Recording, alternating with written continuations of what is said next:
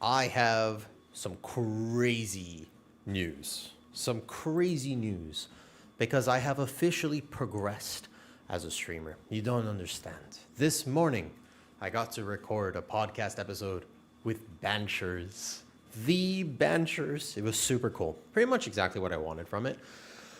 When I get the opportunity to talk to somebody like Banchers, man, I just want to basically ask his opinion, being that good at how to improve at Mythic Plus. I think that's what a lot of people want to know. Like, how do you get that good? And it was a super cool conversation. It would come out next Saturday, be like 6 days from now. It was late for him. So I had a bunch more questions I wanted to ask him. Have to be another time. Have to get him back on the pod. But that's the whole reason that I wanted to do the podcast, was to have the opportunity to talk to somebody like that. Super cool. I tried not to fangirl too hard, and there is a hilarious story I can say on stream, but not on the episode. So yeah, we talked about how to improve at Mythic Plus, both from the analytical side of things. Who? You don't know. You know who that is, Moa. Mr. Banchers.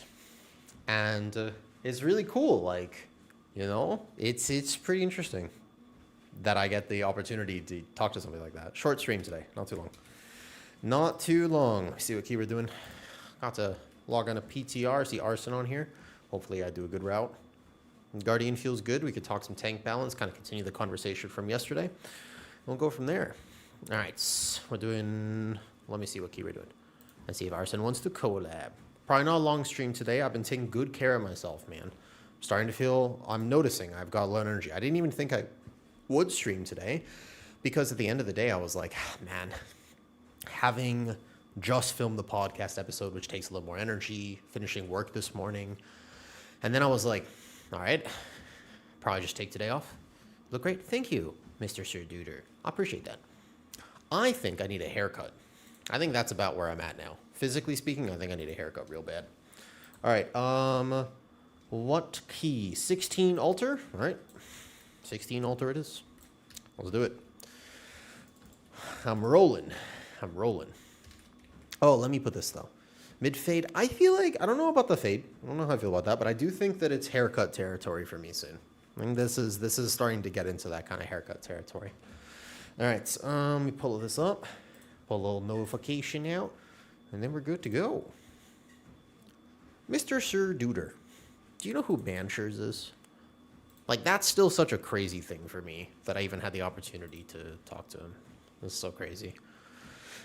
It's like one of those things that you just never really thought I would be on an hour-long call talking Mythic Plus with Mr. Banchers. It's just super cool. It's just super cool. Very, very cool thing. All right, a little Discord notification, and then let's go ahead and stream. So I feel like, let me go on a little rant right as we start stream and while I still have energy. I feel like there's a lot of discontent in the World of Warcraft community, specifically because people see what professional players do and they think, but why can't I? Like, I actually believe that there's this fundamental feeling of, but why can't I?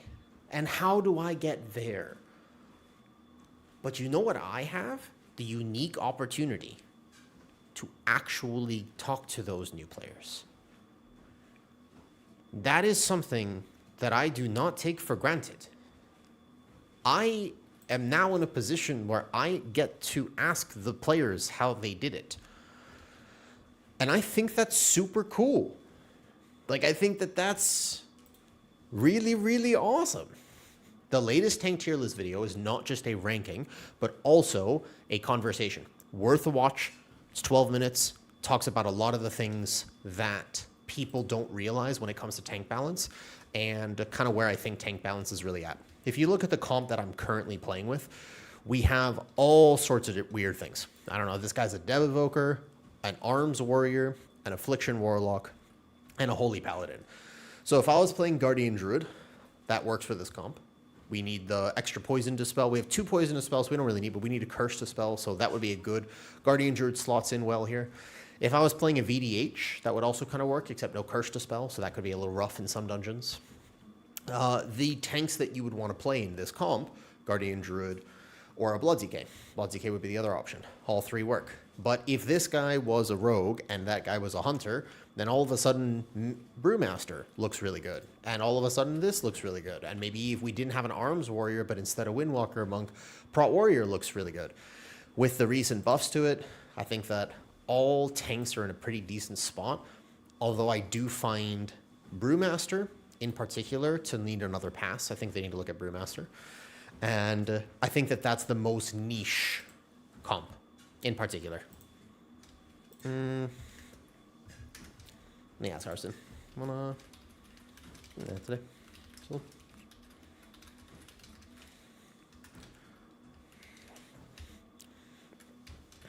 I don't want him to ever feel like we need to collab. I just saw him in Deco on.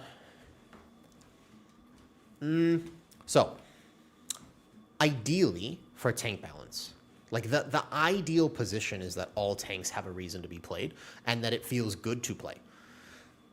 I don't know if they're going to get that perfect, but I actually think that currently in Season 2, we have a better scenario than what we have right now, which is a dominance of Guardian Druid. That's what I think. And I think that that's actually pretty good. We'll see. We'll see how it goes. And thank you for saying so, Big Grizzly. I'm a confident person. Hi, Mac. I'm a confident person, but I don't feel like I have legendary status. Like, there are some people in this game who are actually just straight up legendary. There are some people who have been doing this for... They're not just have been doing it for so long, but they're also just that good. Holy... I don't think I'm like that. I think I'm still kind of new. I'm legend. I don't know. I don't know, man. I'm not. I don't know. Maybe. I have some videos in the works that I think will really help people. I think that could be really cool. But maybe I do have a little bit of imposter syndrome. Damn, perhaps.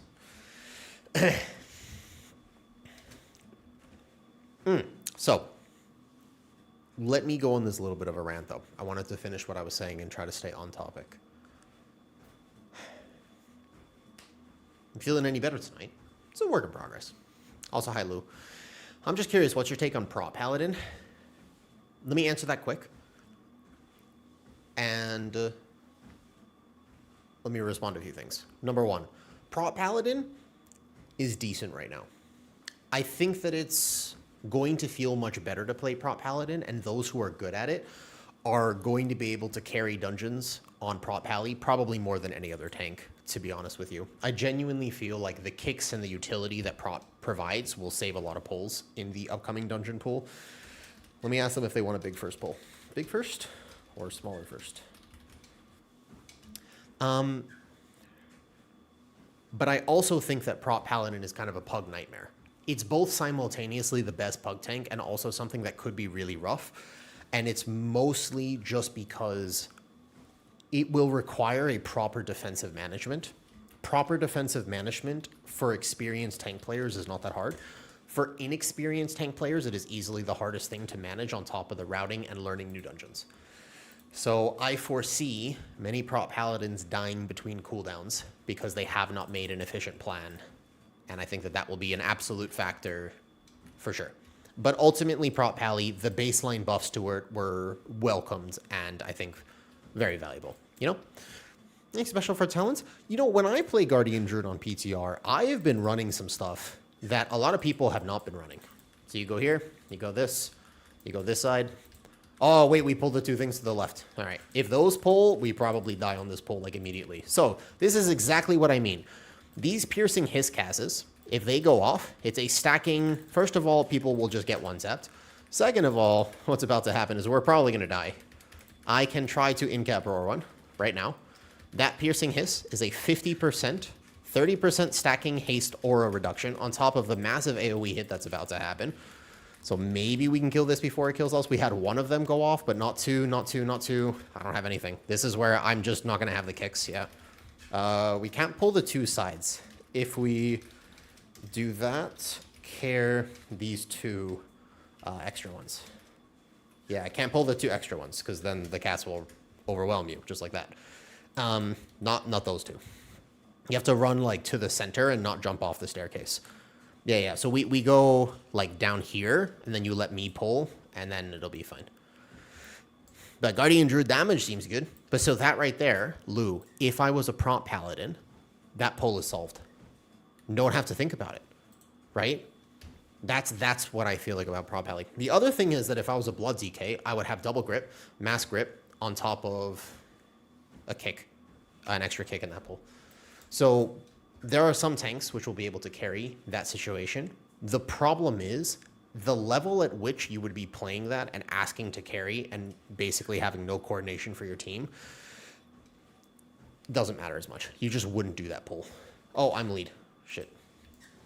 So I think that, for example, if you're talking about a plus 12 or plus 15, the answer is don't do the pull I just did.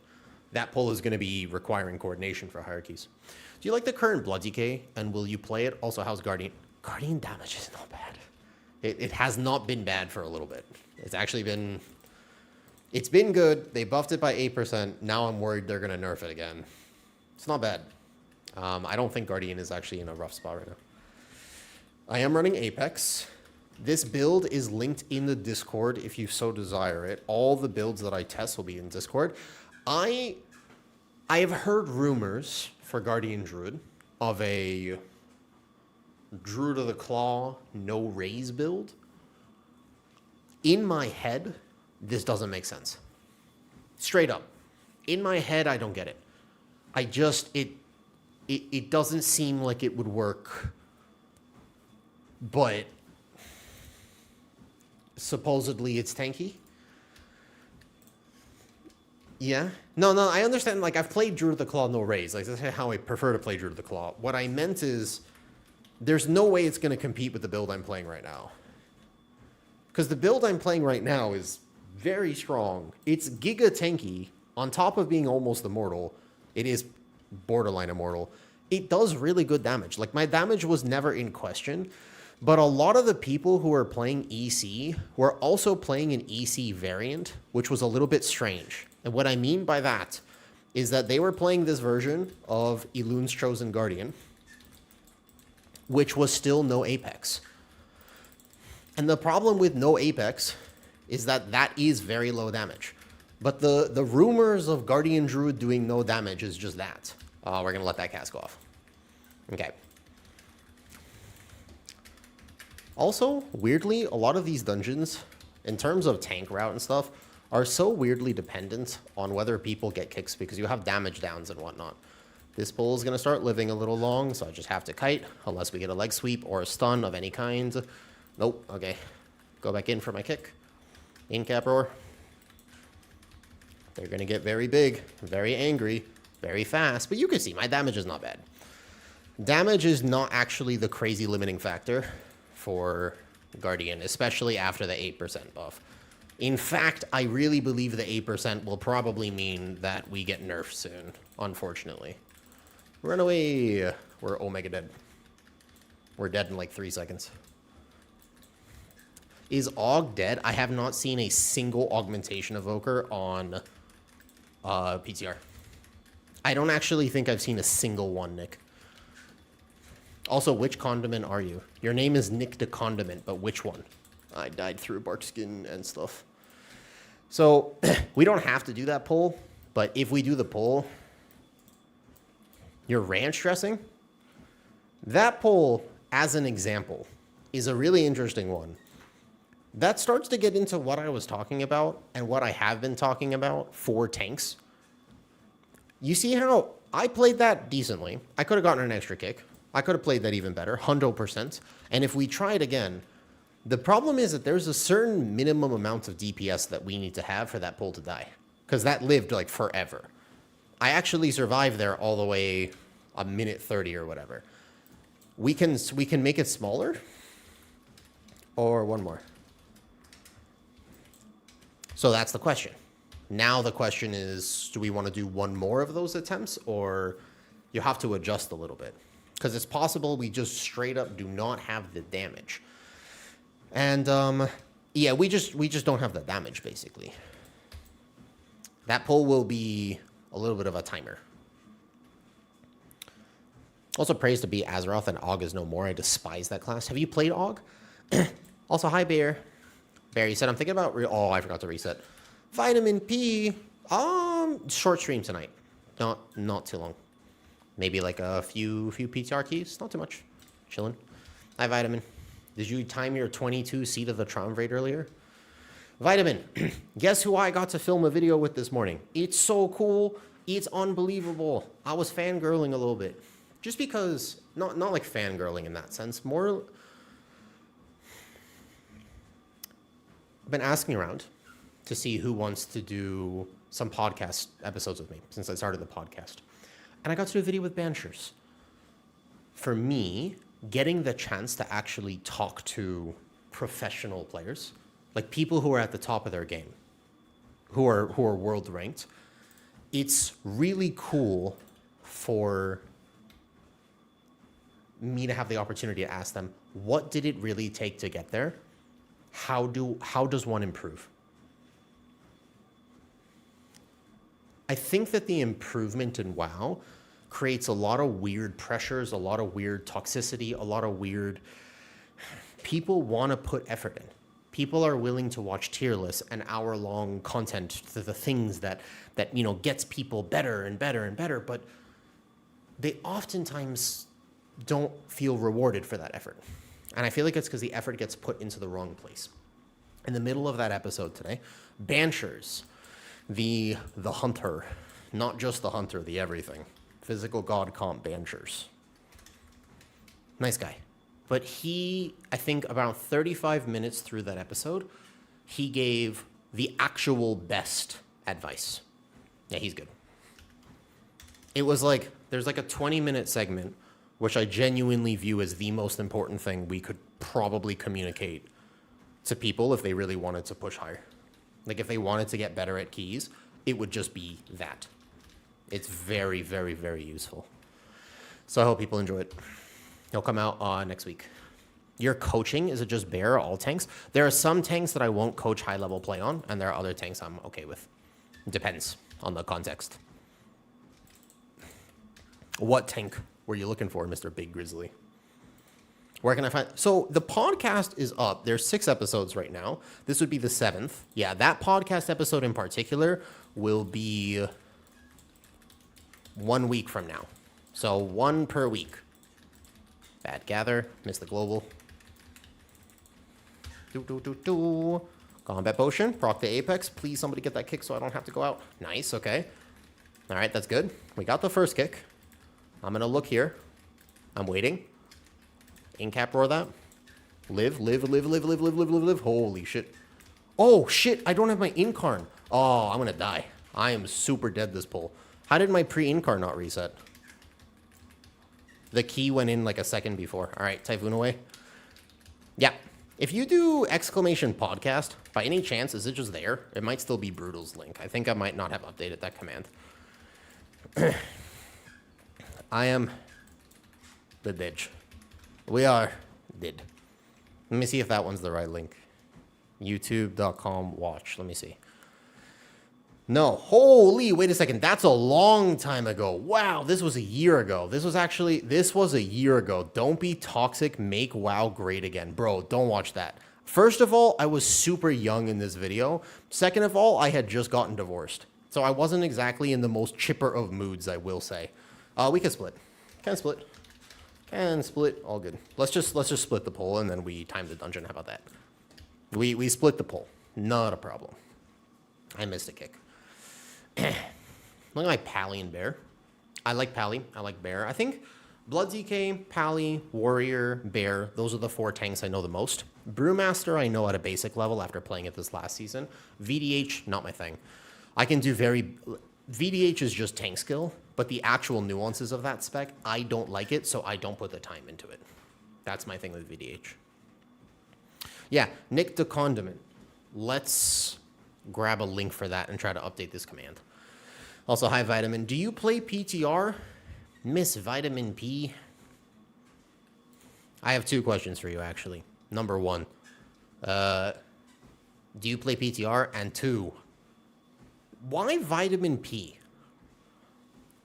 There's got to be a story behind that name. And now I am kind of curious. The podcast is also on Spotify. I have put the episodes both on Spotify and a YouTube playlist. Playing mostly rap and PTR. Oh, nice. I should add me. I want to play PTR sometimes. It's kind of hard to find people for PTR, to be honest. All right, podcast. Yesterday, the conversation with Gifo and Botanical, I thought was a good one. It was about what does a casual even mean? Because goddamn, sometimes people are like, I'm such a casual playing WoW. But I'm like, but you play like 30, 40 hours a week. There's no way. Like this, we use the word casual, like we throw that word around in World of Warcraft like crazy. There's the actual playlist. It's such a weird thing. Do we want to split the poll? Are we splitting?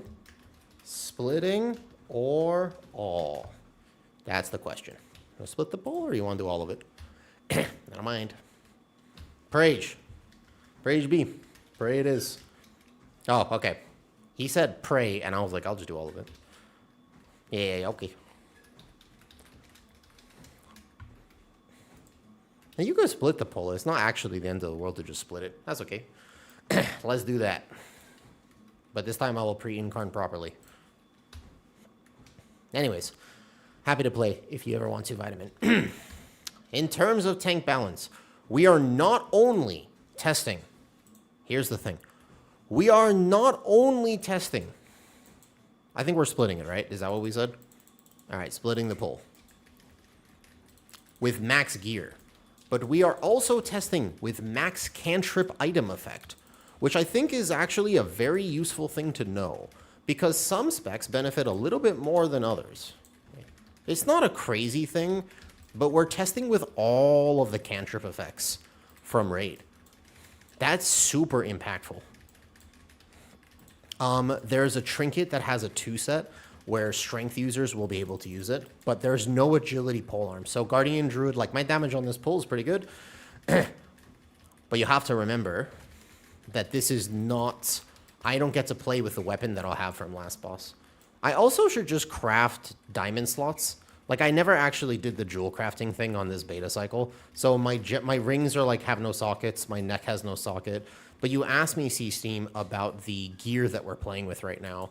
And I am currently, we get to have this neck piece, which is a cantrip effect, this head piece, which is also like, imagine that I had all 4 pieces of my tier perfectly. You can see, I have 4-set, the new 4-set, but I also have this helmet, which is a haste proc. I have the neck piece.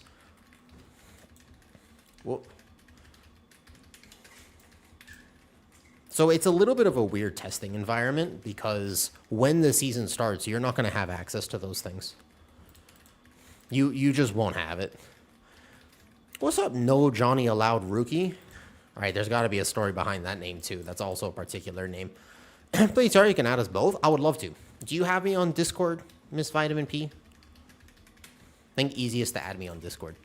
Also, you randomly found it on Urban Dictionary. Let me see if I can scroll up a bit. I happen to miss that.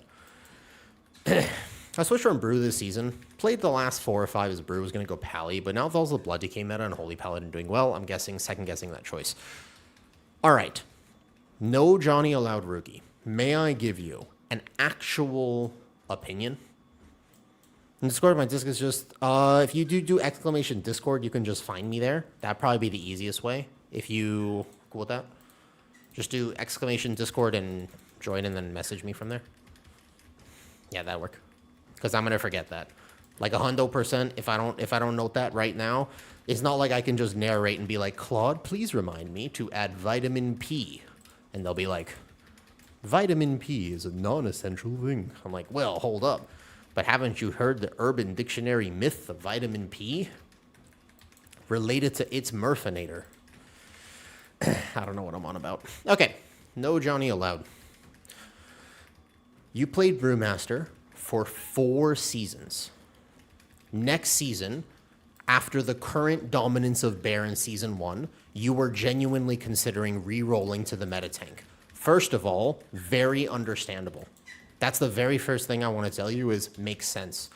There is so much meta pressure in World of Warcraft that you would probably just have a better time. I think this is unfortunate, but I think it's true that you would most likely just have a better time playing the quote-unquote meta tank. It's probably the right choice for you. That being said, what should you re-roll to? What is going to be the meta tank? Because if you're going to put all that effort into re-rolling and learning a new tank and doing all that, you want to make sure it's the right one. Because you don't want to re-roll and then find out that all your effort has been wasted and you could have just played Brewmaster. The real answer that's not clickbait is that we don't know. The true answer is that I could not tell you what you should or should not be playing at this moment in time. And the reasoning is super simple. They will keep tuning. I can tell you currently what is going to be a great option. I can tell you currently what looks good. I cannot tell you what is going to be the meta tank 2 months into the season that you should definitely push on. That I do not have that information. No one does. And if anybody tells you they for sure know, they're lying, watch out. Like, that's a straight up cap. No one knows. Currently, Guardian Druid is only meta because of a random buff they got approximately 6 weeks into the patch. But right before Midnight came out, they were going to be not just meta, but amazingly dominant. They had an overall damage nerf by 40%. It was between 37 and 45% depending on what build you were playing. That's insane. That's how much Guardian Druid was nerfed right before, 3 days before the season came out. We had already done Mythic 0, and then all of a sudden they nerf Guardian by 40%. That is ridiculous. We are not close enough to that. We're going to wipe here, by the way. This is a death pull. I meant to tag just one, and somehow both tagged. We can try, but most likely this pull is just death. 1 second. Locked in. Trying to get the kick. Oh, we're dead. Yeah, you can't pull both of these, I think, with this AoE, dude. Not gonna happen. That was my bad. For some reason, the left one tagged with the right. I taunted instead of moonfired. Perhaps I need to moonfire. You're supposed to be able to pull just one of these without the other. Probably a little quick reset. For the record, I don't want to play Brew this season. Bit bored of it. So you want to reroll. Okay, that helps, actually. The major things to understand about meta is that right now, many tanks look viable, and that you should play what you want. Yeah, we should do one. It's supposed to be one. Supposed to be one, then one. We can just keep running this. I don't really mind.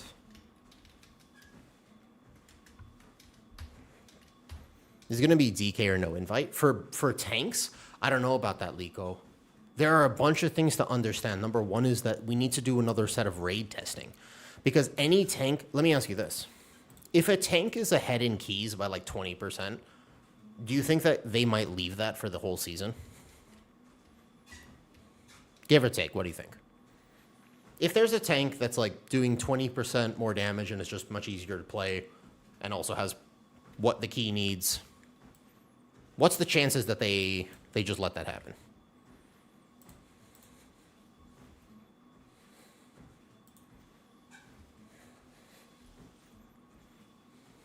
The answer to that question is 90. It's because you have Guardian Druid this season. The answer is they're not afraid to do that. Like, it's not even a question, because we have right now, yeah? However,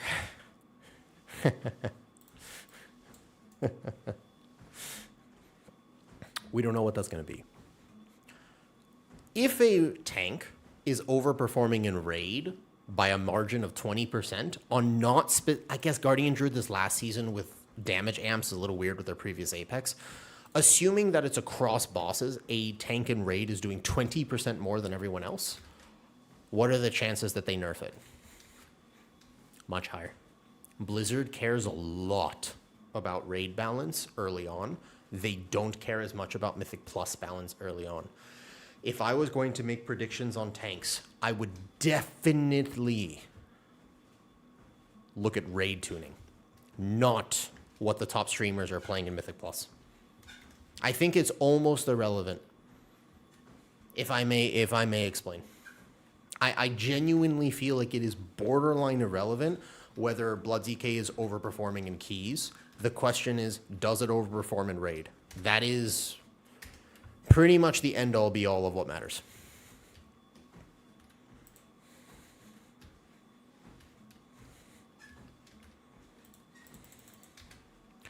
Early season meta will just be whoever has highest IM level for me. Early season meta, now that's a more interesting conversation. If you want to talk about the early season... Oh, by the way, why does my Incarn keep pressing? My Incarn just pressed again. I have no Incarn. Man. What is up with this man? Oh, it's because he's a Mistweaver. It's because he really likes Mistweaver, so he wants to play Mistweaver. Man, what about my pre-Incarn? I don't have Incarn on this pull. That's such a big damage loss. That's like an amazing DPS loss. I wonder if I'm just lagging more than normal. My meta tank will always be Blood ZK. You should play what you want to play.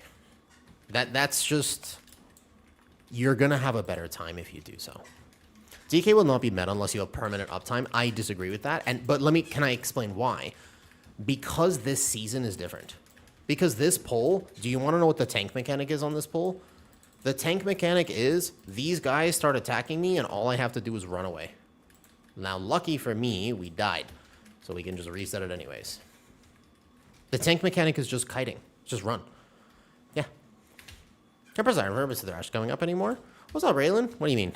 Can't press Iron Fur before Thrash is coming up. Why not? They won't give a look at Mythic Plus until the race is over. It's been like this for a while. Yeah. It's effectively just... It really does come down to how the race is going. Oh, keep up that walking. Thank you. Because it resets the Thrash cooldown? What? I have had no issues with this macro.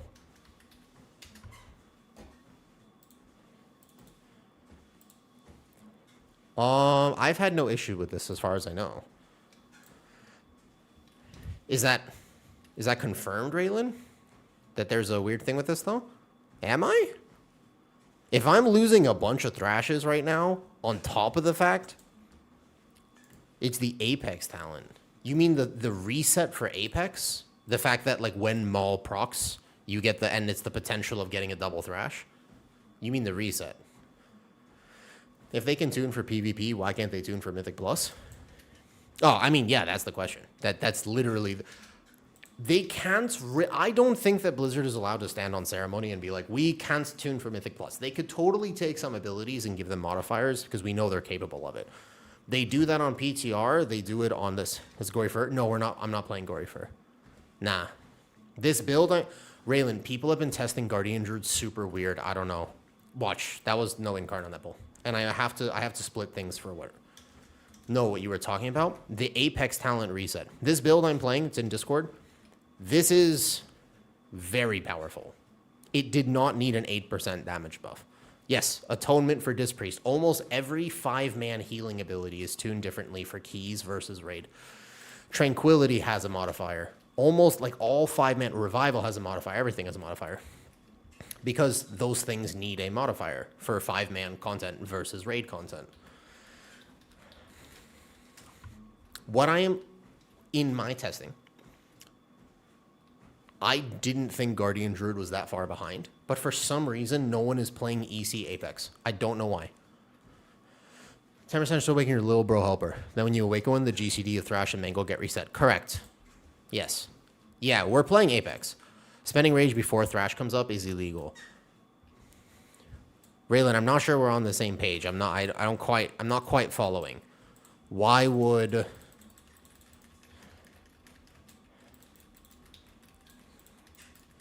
Did we pull the 2 side? Oh, we're going to die. You were play... No, you don't have to spend... No.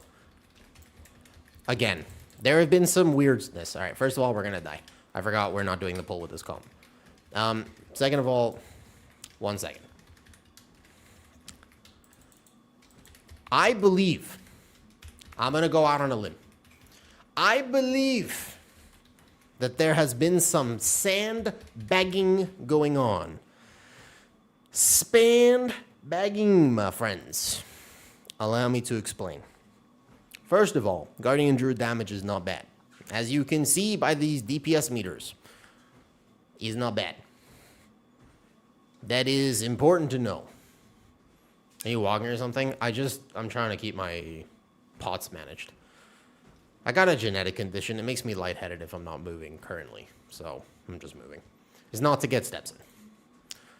I think you might... No, of course. So the min-maxing of that thrash is correct. However, the times that will happen in a key environment is going to be few, not many.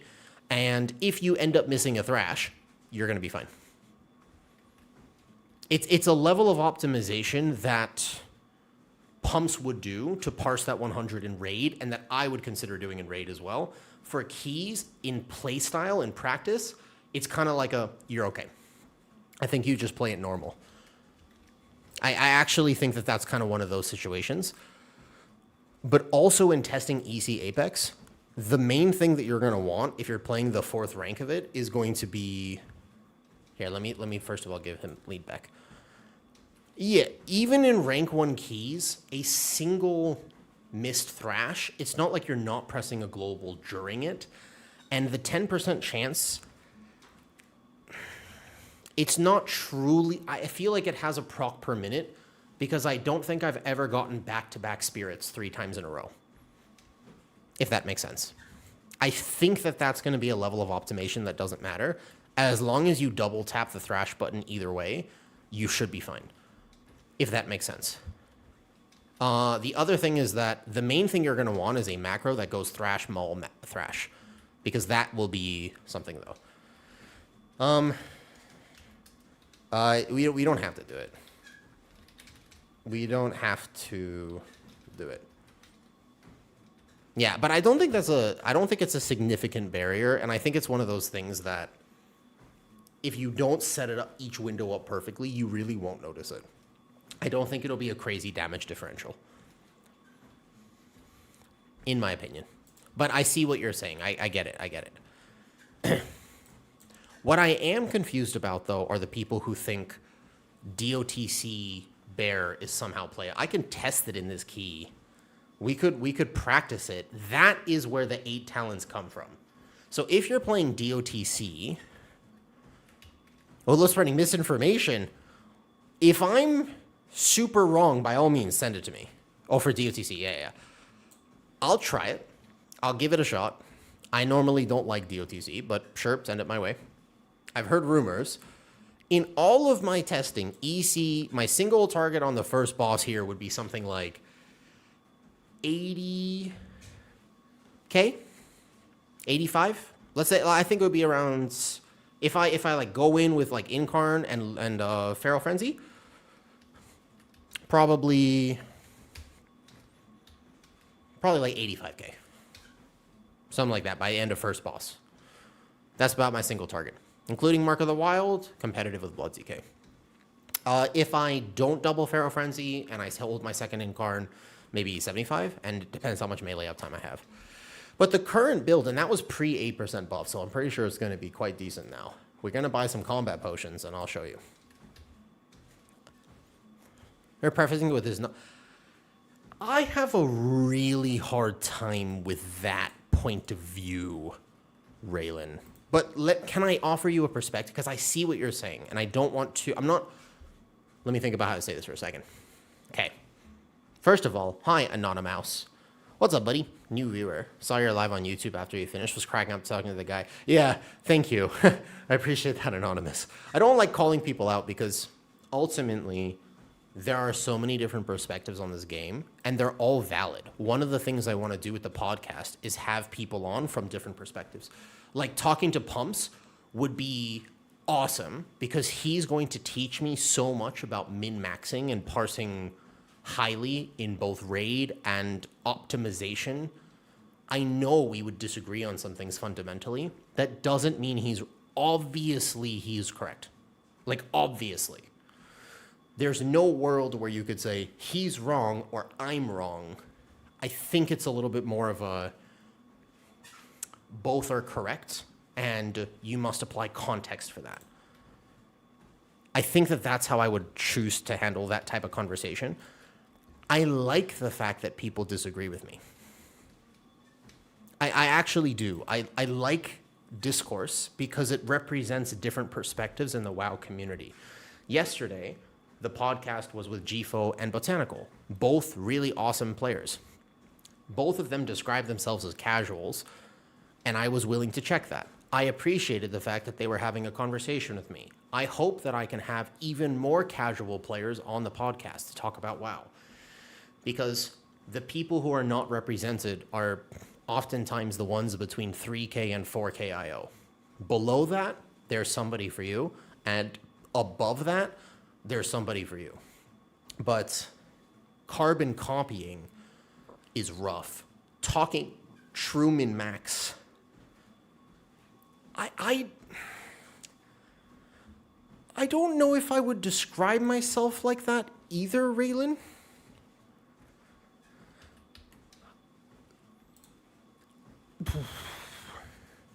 I have heard other people describe me like that.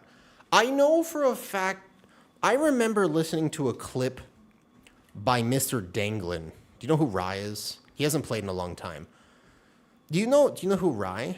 Yeah, no, I'm...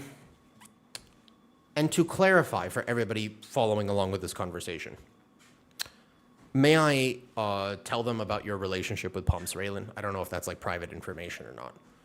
You had mentioned this to me last time, and I was floor paw for this.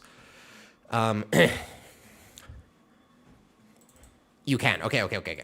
So Raylan, Pumps is your husband.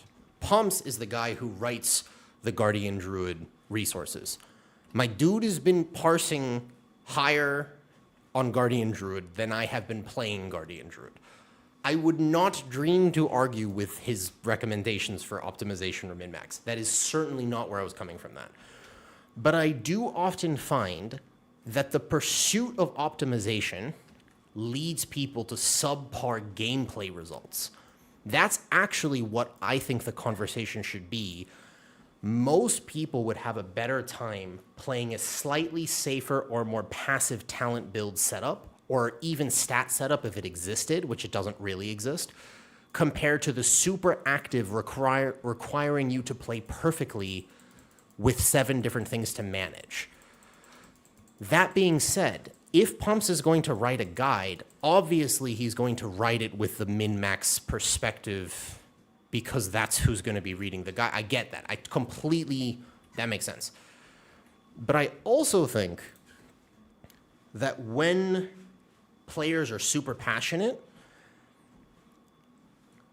there's sometimes a lack of context, which I hope I can provide, given that I try to see things from multiple perspectives, where there's a amount of information that really helps people improve, and then there's something past that which causes so much mental calculus and complication that it actually takes away from people's gameplay.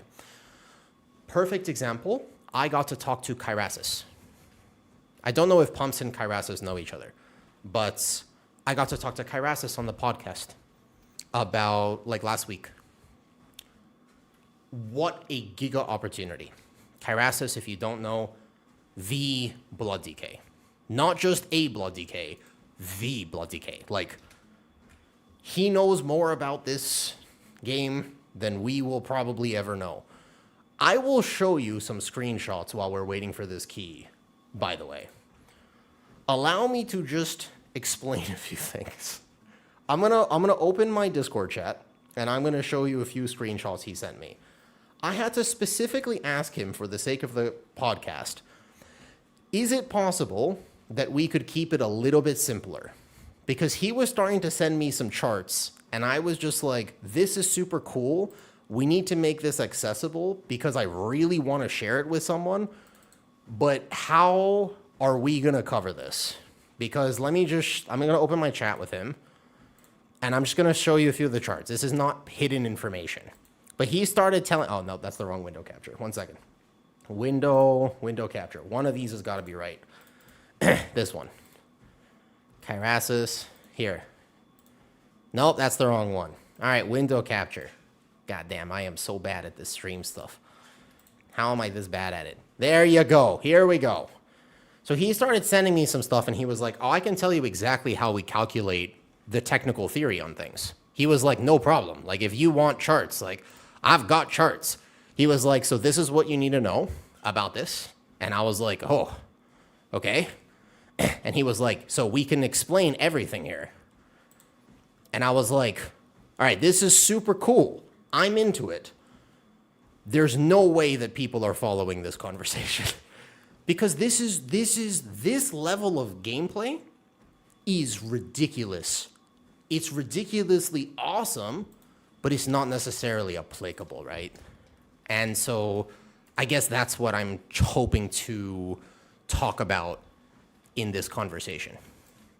I also wanted to know more, and he did tell me more in the podcast episode, but I also had to specifically ask him not to go too crazy with it.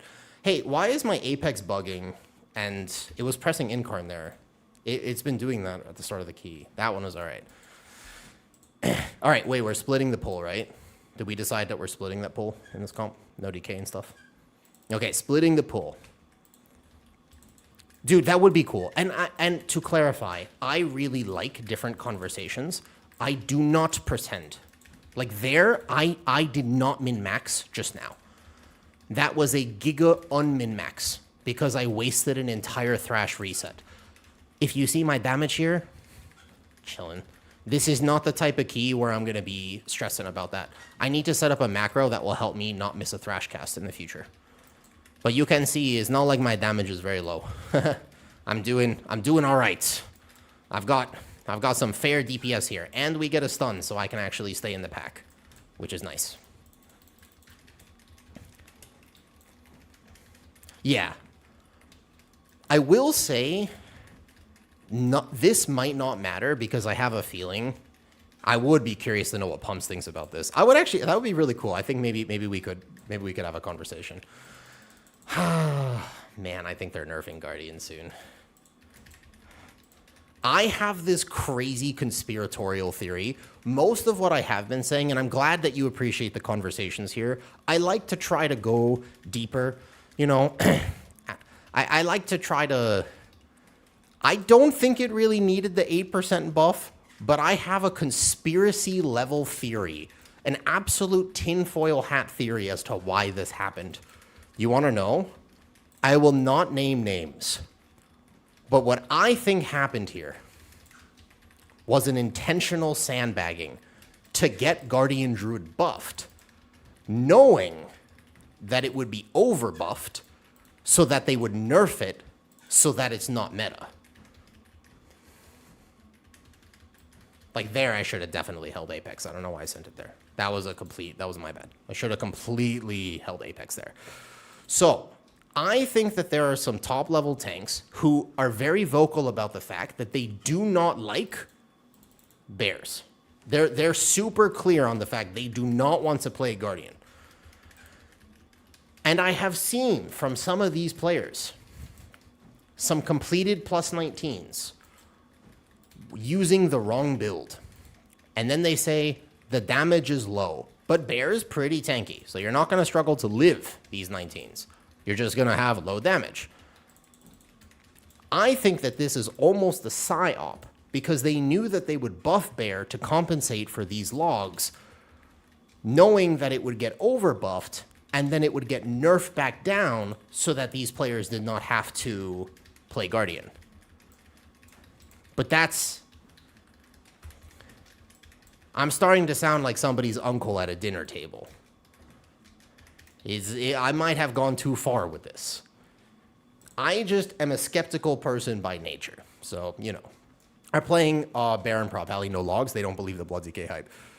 Testing last night, and to be fair, I like Vic. His comfortability with healing is so crazy. He's so good at healing, that guy. Like, he's just so comfy with all the healers. There are very few streamers, in my opinion, who can maintain the level of play that they're at and then not really miss globals and just play omega strong and omega consistent, even though... Let me just kite this out for a second. Did I manage to reset? I actually didn't get a reset there. I was too greedy. I delved too greedy and too deep. I don't really want to Typhoon away. There are very few tank and healer players where you can basically just come say hi to them and they'll be able to interact with you flawlessly while they're doing the content that they're doing. Because normally it's a pretty brain-on type role and you can't really like look away or anything like that. I do think so, Raylan. That's I don't know. It would be crazy if that was correct though. I hope it's not. Like, I like Guardian right now. Okay. Moonfire 1. Did they just make it so that you have to play 2 of these now? You can't fight anything else with this, though.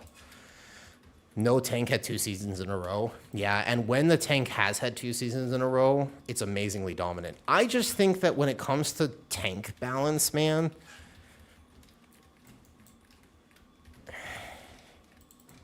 I don't have supporting evidence for this. Not really. But I kind of think that Blizzard just wants there to be a meta, and they're not subtle with it. Like, I don't think they're subtle with it literally at all. I think that they actually shove it in our face, where they're like, hey, this season, we're going to buff this thing until it's definitely meta. And then you can decide if you want to play it, but we're not going to hide it from you. Like, they're super vocal about this. They will literally just give 70% values, 25% buffs. It's not like 2% and it's like something just ekes out in the end. They actually just go, yeah, Guardian Druid. I mean, I actually don't think when they did the Thrash buff that they knew it was going to end up like this. To be fair, I really don't think that they knew that. I think that was a mistake. But then they walked it back a little bit.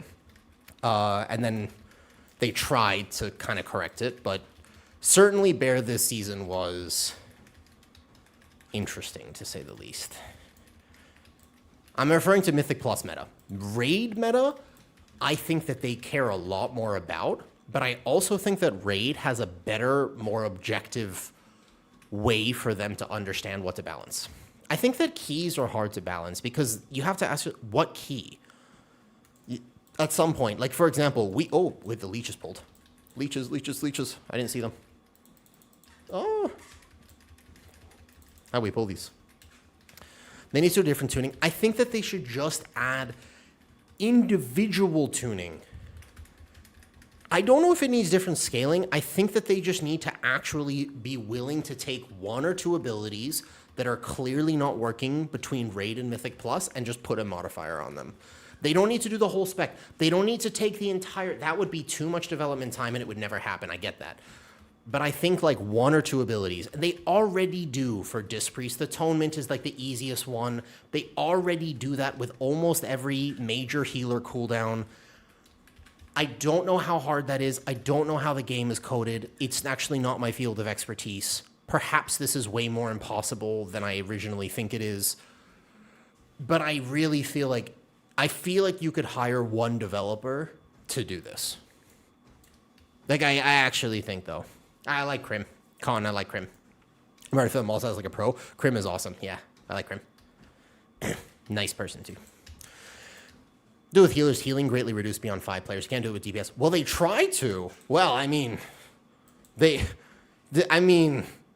So, technically... They tried to target cap DPS, it just didn't work. I mean, it's not like, it wasn't lack of effort. Also, I wasted my Apex there. Unfortunate. All right, so we Feral Frenzy. This won't be Combat Potion. This is where I would use the macro. But the cast sequence macro is not perfect and needs a little bit of work. Wait, oh, there's fresh meat. I forgot to move. I was too focused on my macro. I'm sorry. We're all dead. Wait, I got it? Oh, last second. That was super close. I thought we were super dead there. Yeah. Bellerin. So, Guardian Druid Apex being designed the way it was an absolute tuning nightmare. And there was no way it was ever going to work. They Definitely cannot keep doing that. The way that the previous Guardian Druid Apex was literally designed was just a design failure for tanks. It's straight up, like, it wasn't even a tuning thing, which they couldn't have tuned it right. There was actually, physically speaking, no way for them to design the raid that we had, the Guardian Druid Apex that we had, and somehow balance that correctly. It was never going to happen. I think that them reworking the Apex was a good idea. This current Apex, that's a question mark. Like, whether or not this one lands and people like it and stuff, that's a good question. This is my single target, by the way. No combat potion. A little low right now.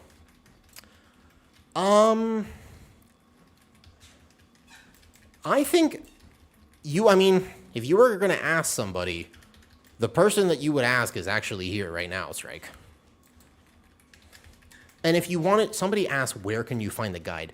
Wowhead has builds for every single role in Mythic Plus. If you want to find something, you can always find Wowhead or Icy Veins. I think that the same people write, they don't tend to be that different, but I'm not super sure about that, actually. That's me talking out of my ass. I actually don't know how that works. That'd be an interesting little thing. No, it was just, I think for raid, I think it was unhealthy for keys as well, to be fair. Mostly because anytime I am motivated to play for myself as a tank in keys is problematic. Like, any singular moment where I think to myself, I want to play only for me right now. Like, I have Apex window, which means that I really want to pull big right now. I think that is going to be rough every time. I don't think that tanks should inherently want to be playing selfishly. Okay, that macro is going to need a little bit of work. So, like, it encouraged kind of unhealthy playstyles for Mythic Plus as well as Raid. All right, so I lost a bunch of uptime going to Soak, and I wasn't really paying that much attention, but still, with that Feral Frenzy in the last Incarn, 85k single target. Pure single target, 85k. Yeah. I also think, I mean, when it comes to tanking, oftentimes, Raylan, people... What's my current spec? You can find it in Discord. Anytime you want, just go to Midnight Tank Builds. I will be doing an overhaul to my Discord very soon. I have a dream, as it were. I have a really cool idea. And you can see that the link that just came out, I forgot to mention, I am re-sponsored by Opera GX. I will turn the thing on in the corner. If you want to support stream, a very easy way to do so, if you have never tried Opera GX, it's a very free link. That link that just showed up, easy way to support stream. When I make content, I have been playing this game for a very long time. I'd like to think that I know more about the game than the level of content I tend to even engage with. Like, the amount of knowledge... Oh, we let that go off. That's not good. That I have garnered over years of playing this game, and also because I'm an altaholic and I've actually played so many different things. Like, I mained Prez Evoker for a season. I've played healer. I've played DPS before. I've played tank before. I didn't just settle on Guardian Druid a long time ago and only play Guardian Druid. It gives me an appreciation for how Mythic Plus works, how World of Warcraft specs work. It gives me a certain level of comfortability. I am not a representative sample of how they should design the game. I know way too much. And what I have been trying to do with a lot of the content that I've made more recently is actually figure out, not me, but what do most other tank players go through. No, I don't think it ever left. I just stopped using it, but you do remember that, Raylan. I've evolved a little bit since then.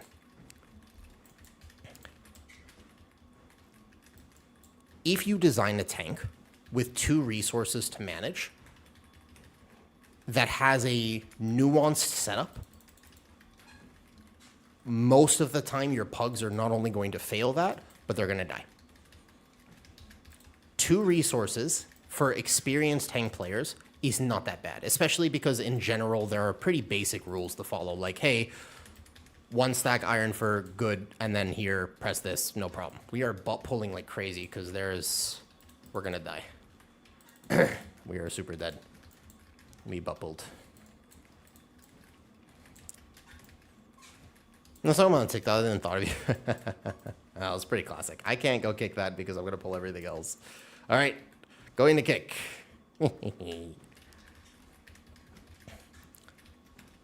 I think 1 resource is better than 2 resource. And I think that simple tank design is better than complicated tank design.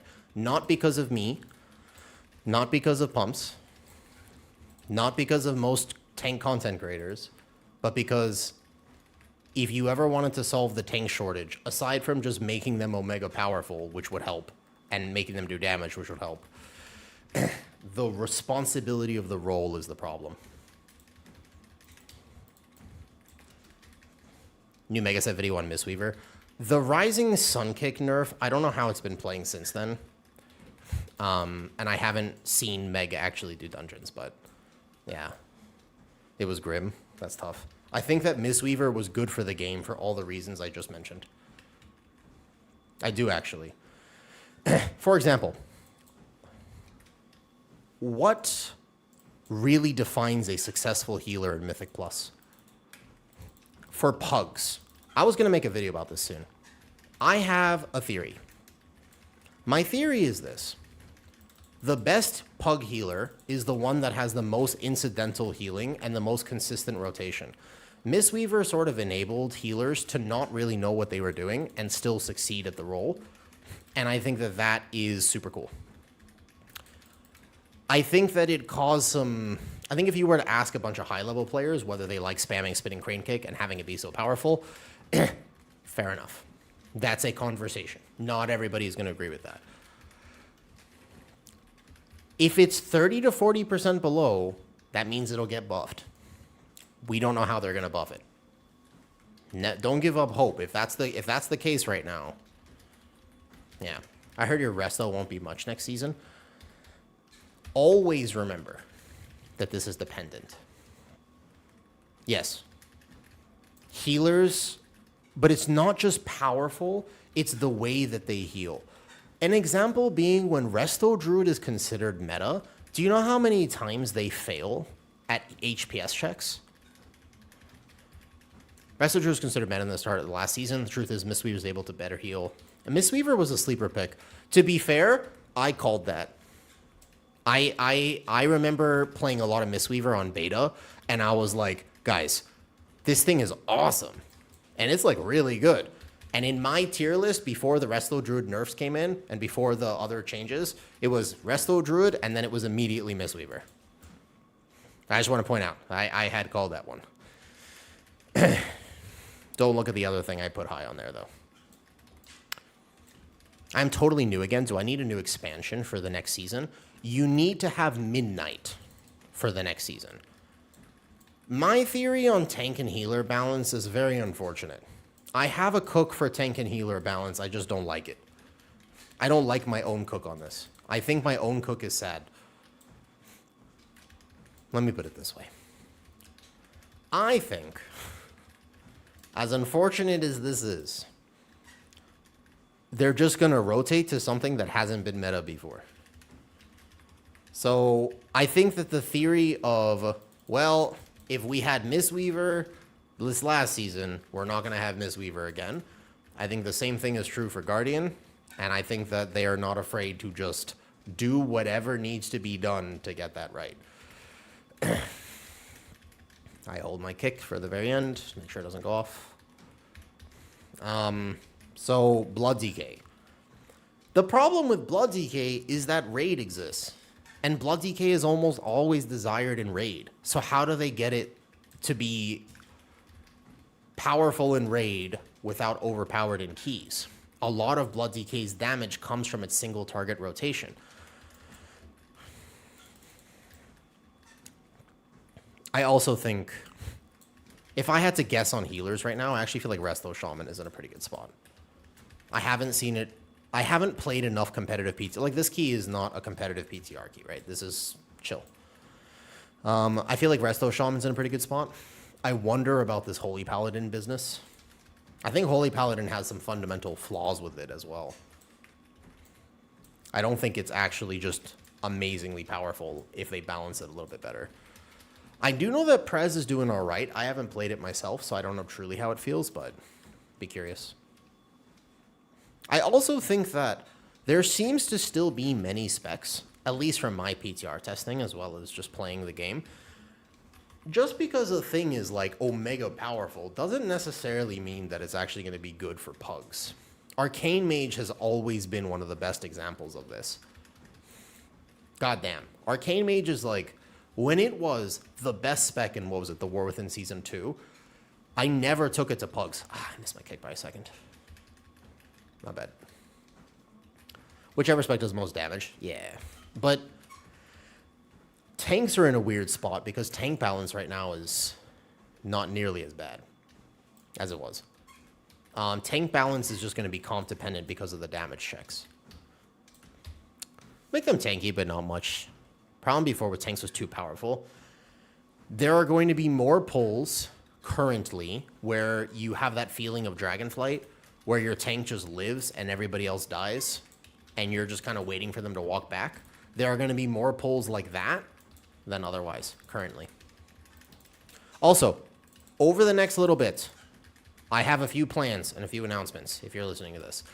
Number one, I will make sure to take some more time off of stream. I will not be streaming super consistently over the next few weeks. Health comes first. My health priority. And Season 2, when it actually comes out, I'm going to want a game. My Discord will have routes for people. I will have mini guides and whatnot. They will be available, but probably only after the first week of the season, because I might need to do more testing. My PTR testing has not led me to many conclusions because normally I test PTR competitively. This week, I have barely played, as well as the last whole month. My health comes first. So that is something to know. Second, I will be updating Patreon and YouTube member stuff a fuck ton. There is already a intro to what exactly the Guardian Druid looks like in Season 2, what Blood ZK looks like, what Prot Warrior looks like, what Prot Paladin looks like. And the nerf to Prot Pally was exactly what I said in that video I recorded a few weeks ago. I specifically was like, this talent will get nerfed, and they did that. Sub Savarius. Am I currently not healthy? I just had some recent stuff come up. Thank you for the Prime sub. Yeah, it's been tough. I've got certain autoimmune conditions. I made a YouTube short about it. I clipped it from yesterday's stream. Okay, do I pad? Padding, padding, padding.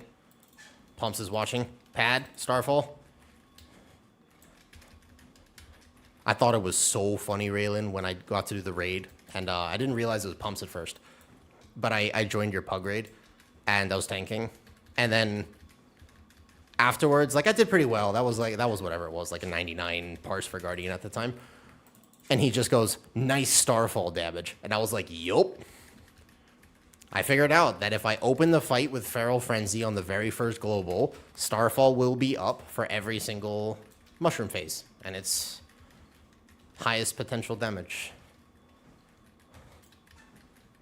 Oh, to be fair, if this was like a key, I would totally Feral Frenzy this. Is it prio damage? Yeah, I was proud of it. I didn't feel bad. I was like, the second I realized that was pumps, I was like, all right, time to flex. Little warm up. Started flexing.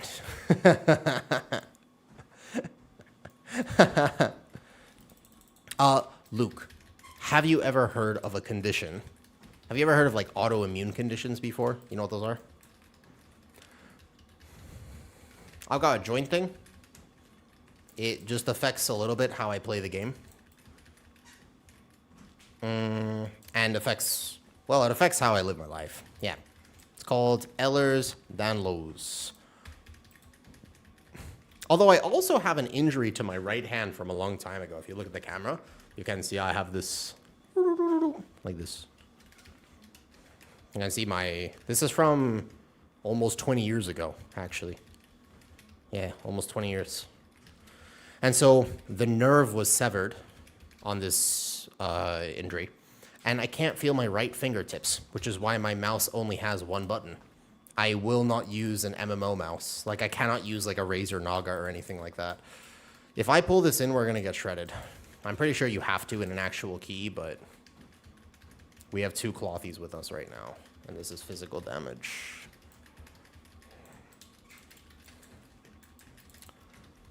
One of my current min-max questions for Guardian is this, though. What's up, Savarius? Great content, thank you. What builds do you feel are playable in Mythic Plus? So, to be fair, tuning determined. I think the build I'm playing right now, don't look at the overall damage in this dungeon, because remember, this is not going well and we're about to die, because people want defensive that. That makes sense.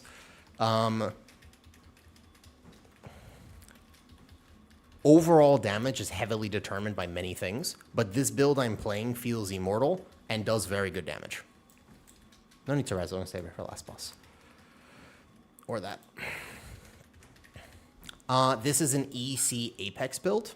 I am not currently min-maxing it to the fullest. I also don't do this thing on PTR. Like, I should technically be crafting rings and putting sockets in the rings too. I don't do that. I don't normally actually go level jewel crafting with everything. So, there has been a Druid of the Claw build going about right now. I'm missing about 50%, I don't know, 50% damage with the enchants and whatnot, or with how I'm playing, like my play style right now.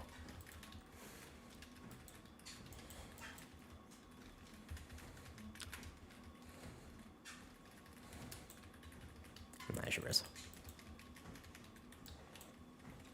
Without raise, I have not seen a single log or a single run where Guardian would be doing 300k overall. Like, I don't know about that. That seems like a lot. There's problems with raise. The main issue is just the GCD requirements of it, not how much damage. You think it's 50%? I don't think raise hits that hard. I don't know about that. That would be a wild amount. It's not like my damage is bad here. Wait. That's a lot. You're referencing some numbers here. Did we pull earlier? What's our percentage at? My chat covers it 1 second. PTR. Yeah, we just need one of these guys. So I think I'm referencing, the DOTC build. How much overall is it doing? Is it your whole fingertips you can't feel? It depends. I have my right thumb, my pointer finger, and my middle finger don't really have a lot of feeling. My other fingers have feeling. So, like, if I reach into my right pocket for keys, by the way. Yeah, more than, like, 5%. To be fair, I feel like bear theory crafting... Well, hold on, let me think about this for a second.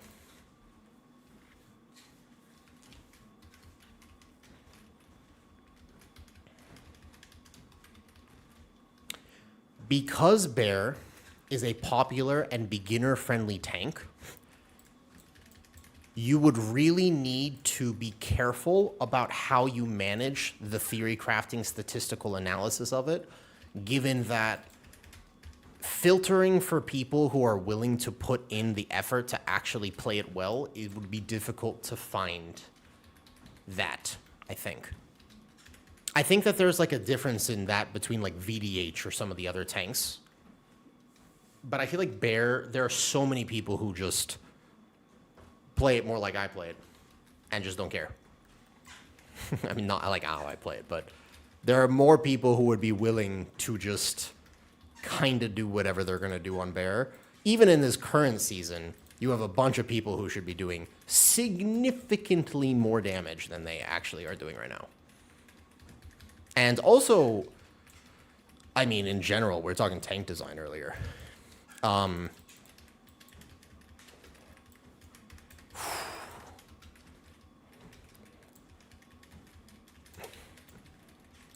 Man.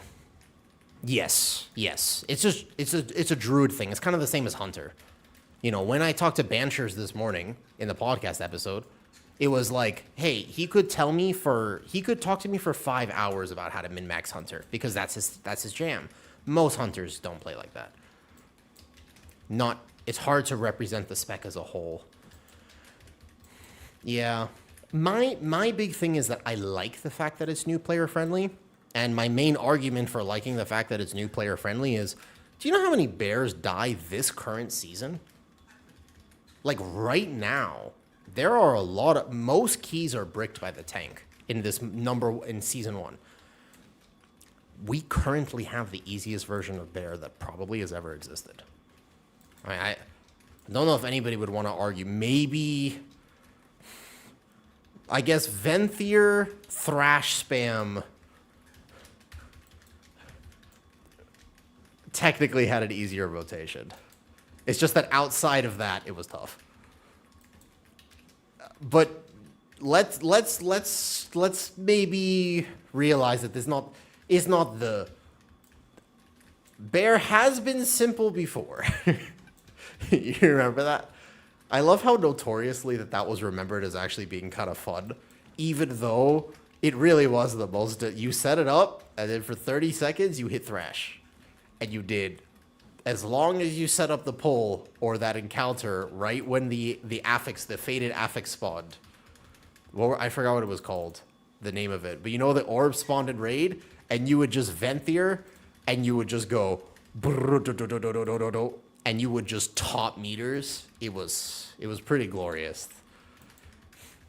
So maybe not there's still nuance to this rotation. How does it work on the keyboard hand? The keyboard hand is not numb. That's just the bendy hand. The right hand is the one that severed the nerve, so I can't use an MMO mouse. Yeah, strike. Bear is so simple, but tanking is so hard this season. I wouldn't say tanking is so hard this season. It is harder. Yeah, I don't think that that's healthy for Venthyr specifically. That was your favorite season? I mean, it was the Bloodsy season, technically. Fair enough. I think you can make that argument for almost anything, but here's my point on this. If bears are dying right now,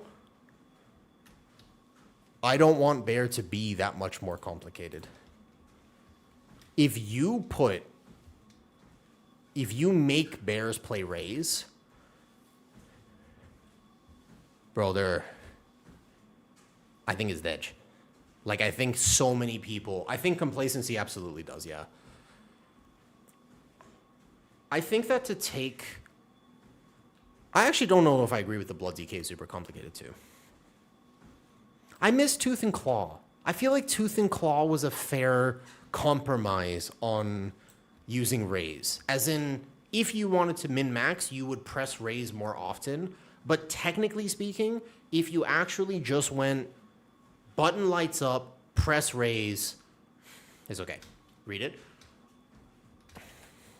I tested it in a key or two. It's similar. I'm gonna pray for a Brewmaster last minute comeback. Well, they're getting buffed, I think. Whoa! I got baited. I got trolled. Aha! Druid. Get wrecked. Get wrecked. Druid for the win. He thought he had me. He thought he had me. Not even close. What's up, Silent? I missed your starting a woo rant. All right, bet. What do you want me to rant about? Also, Zug Floor. Can I get me to react to a quick video about pushing 0.1% title? Which one? On tank. Yeah. Which one is it, Zug? Haha. Got it. I think Ravage should have been made 2 stacks. Ooh, that'd be... Actually... I don't know. I think that's kind of clever. Wait a second. Hold up. What would Pumps think? Raylan, what do you think about that? Ravage having 2 stacks? Actually? Because it would give you a lot of min-max, and it would... Yeah, that's actually... Oh, that's kind of smart. Oh, you made the video. Yeah, I see it. I see it. The push for 0.01%. Oh,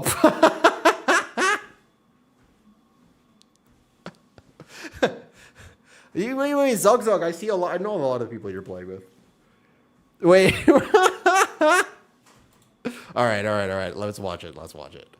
I just wanted to, I needed to see this first before I put it through the stream. All right. This is pretty good so far. I accept. You're welcome, Zug.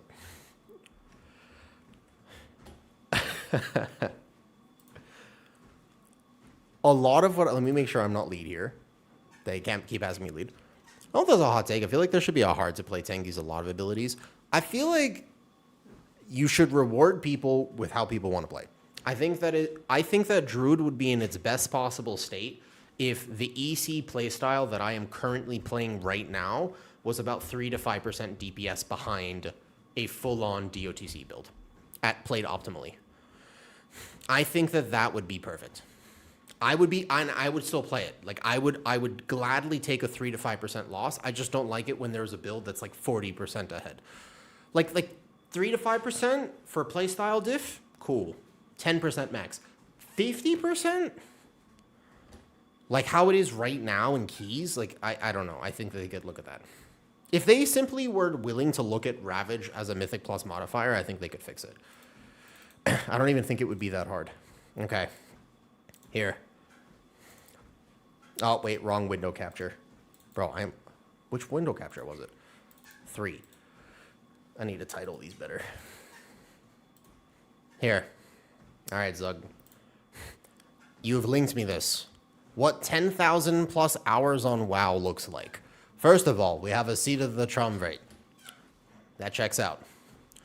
Second of all, we have the bridge incident. Yep, I see Jespar in here. I see Zap on his Ogavoker here. We have this is a classic. Yep, this is a classic. The bridge pull. Yep, kicking the wrong target. A classic. We have the champ. Yep, that's a puddle right there. These are things, to be fair, that many people have felt. That we had the lag. That's a good one. Is this going to be another bridge incident? Oh, nope. He just bye-bye. Bye. Yeah. Yeah.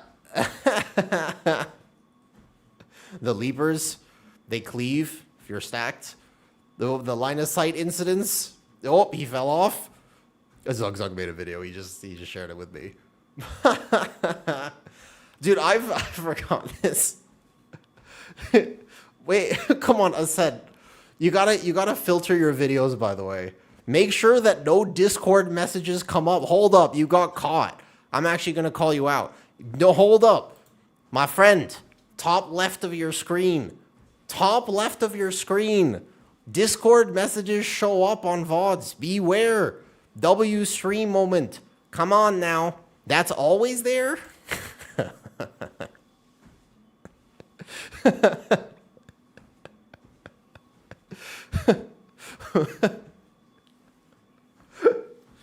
This is one of I got knocked off here. I didn't actually realize you could, but as a tank player, I took 2 tornadoes and I got knocked off the edge at one point. I hate this dungeon with a passion. Seat of the Triumvirate is easily my least favorite dungeon of all time. Yeah, she still streams. She's been playing a lot this season. This is pretty good. I like that the thing is titled 10,000 hours of WoW. Whoops. I've actually never done that skip, ever. Yep. Bye-bye. See, this your... Oh, bye-bye. Oh! That's a pretty funny video. Oh, man. Yep.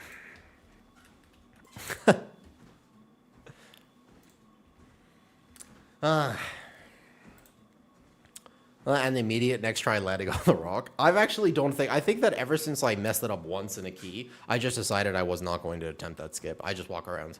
I think travel form walking around is basically just as fast. Okay, so the mentality here is this. You pick any top 3 dungeons from any expansion to bring back. Ooh.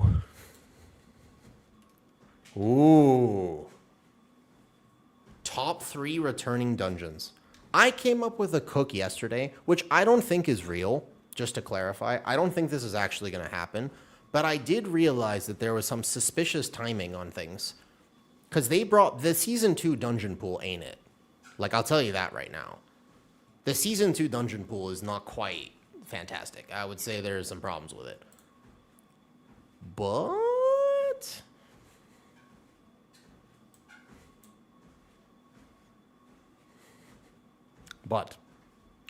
what if they know that they're going to release Classic Plus in the middle of Season 2,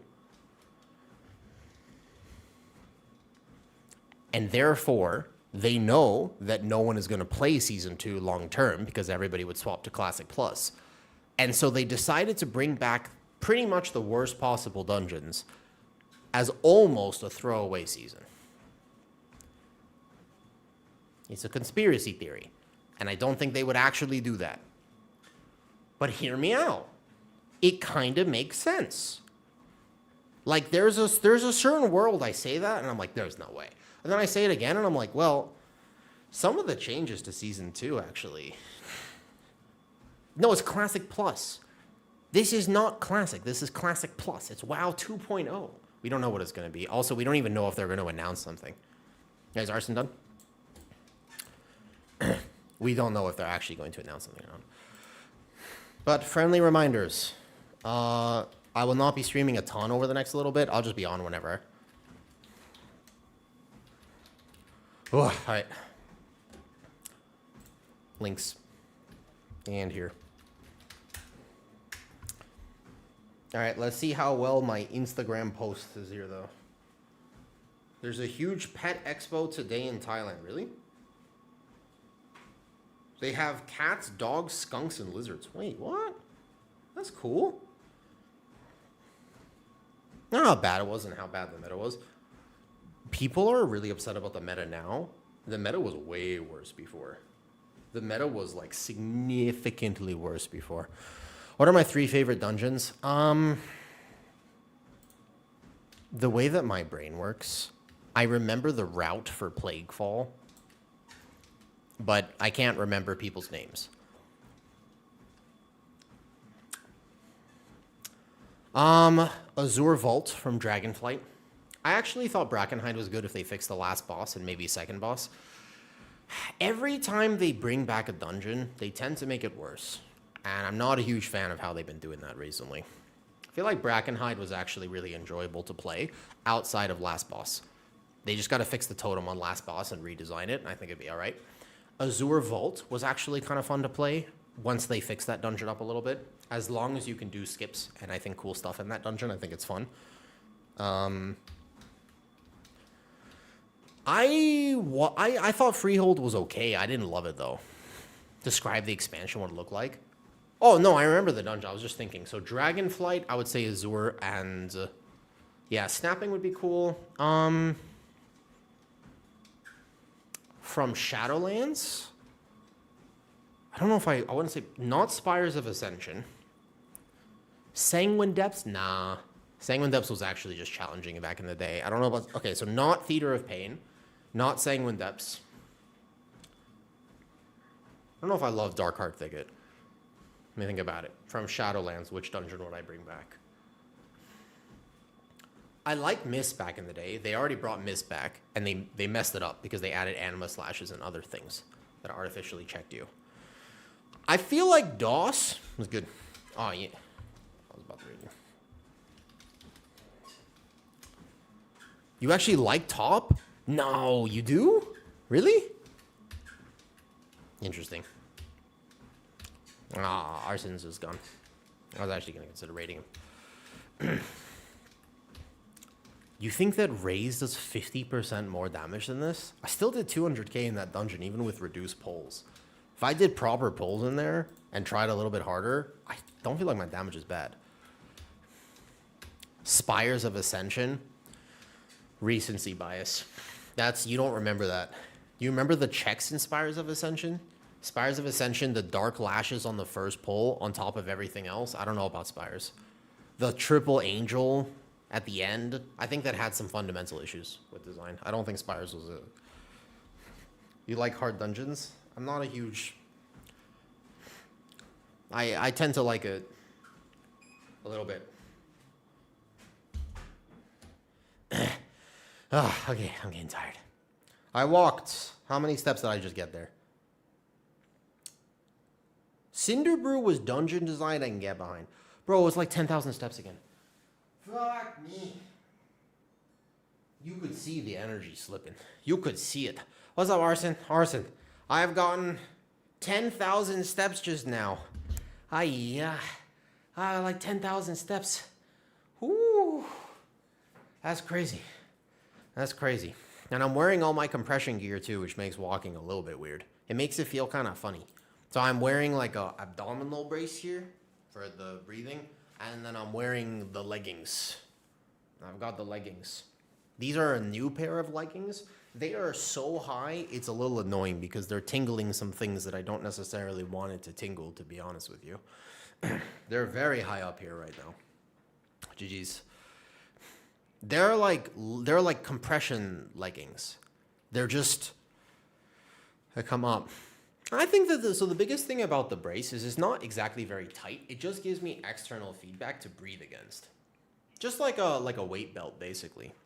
Yeah, it's not anything else other than one of the big things about me is the way that my stomach works is I just have a lot of pressure here and I don't tend to breathe very well. I breathe like this. Like this. I breathe like a fish. Like I have gills on the side of my neck. It's just that's me with EDS and POTS. Remember, I was diagnosed with EDS, Raylan. There's like a hidden reason as to why you breathe like this. There's two. They're very interesting. One is a hidden mechanism behind chronic anxiety. Anybody who's ever struggled with anxiety would know this. And chronic connective tissue stuff is that your diaphragm, have you ever seen what the diaphragm looks like when it moves? It's a gigantic structure in your rib cage, and it goes up and down. But for anybody who has any limitation on that, when that system stops moving fluidly, you stop breathing correctly. You just don't know it because you're not going to like run out of air, but it will have downstream consequences because you have different systems in the body which are meant to activate under different circumstances. You're not always supposed to be doing diaphragmatic breathing necessarily. Does that make sense? Yeah. But when you take shallow breaths, your nervous system gets signaled. Might be a bit nervous or feeling something negative. Yeah, it does. It has a lot to do with it. Let's see. I feel like I'm pretty comfy on how the Guardian Druid feels. I don't know if I'm going to get to do it. Let's craft gems. Let's do it. Let's go level my jewel crafting. We're going to get rid of the enchanting. I'm going to get rid of this, and then we're going to sit down for a second.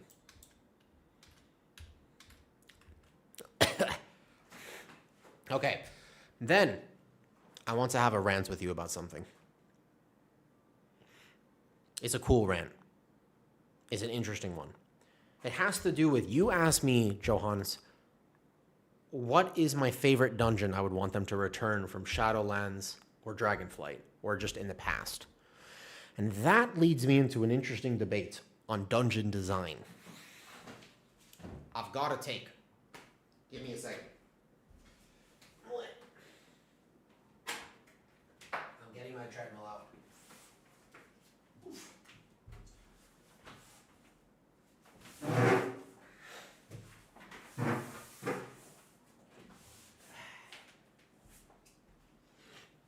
And then I'm hydrating too.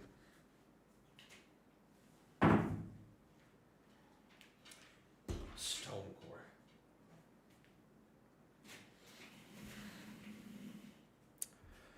Oh, that's nice. That's chill.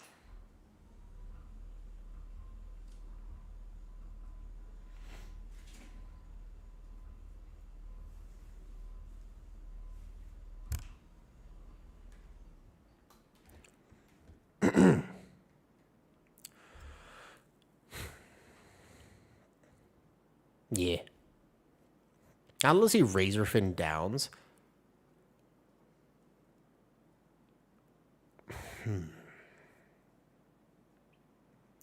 I think that sometimes they should absolutely do nostalgia baiting, where they intentionally bring back certain dungeons, knowing that they would have to rework it to almost be unidentical, but still have the name.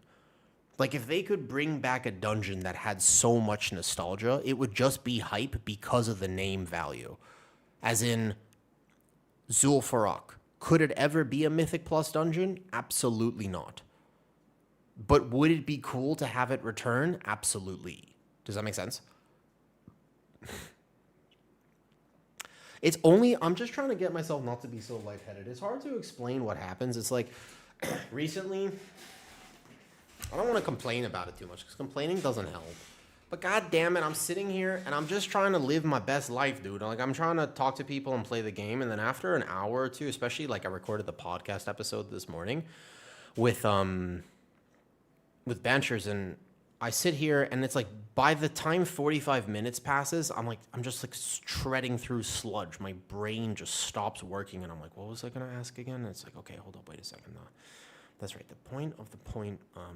Then the next, it was gonna be about the. And it's like I can't think, man. It's so frustrating. It's really frustrating, to be honest. It's more frustrating than anything else.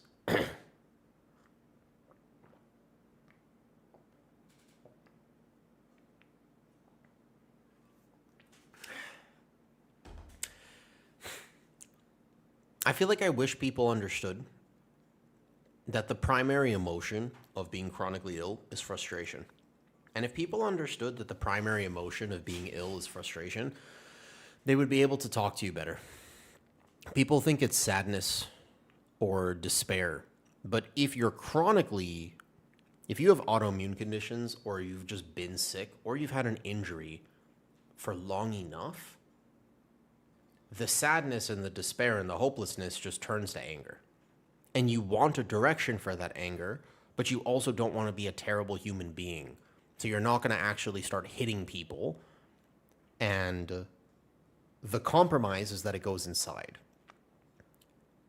But it's there, and it festers. I wish I had better outlets for it sometimes, but it's easily the hardest thing to manage, because I know I'm not going to get better tomorrow. This is a genetic illness. I can improve my life, but there's only so much I can do. So when people say, I hope you feel better, it oftentimes puts me into an awkward position, because I have to say thank you. But I can also tell you I'm not going to. But I can't say that, because that would be wild. Like, socially speaking, when somebody says, hey, you feeling better today? I have to say, yes, thank you for asking. Because if I say no, then they go, oh, so sorry to hear that. And then if they ask me the following day and I say no, they start getting real suspicious. It's like, well, I don't want to lie to you.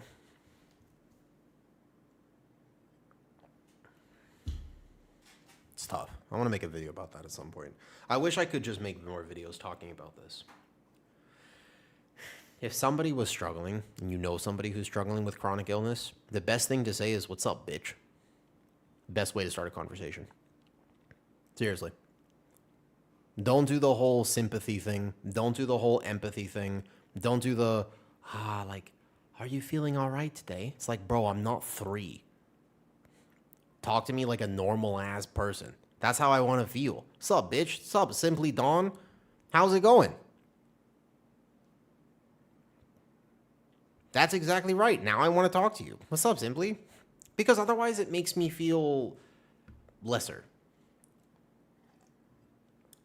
The trap is that if people want to help me, they're doing so from a place of actual sympathy. So I can't get mad at them for wanting to ask me, are you feeling better? But I know the answer to that, which is that no, I am not feeling better.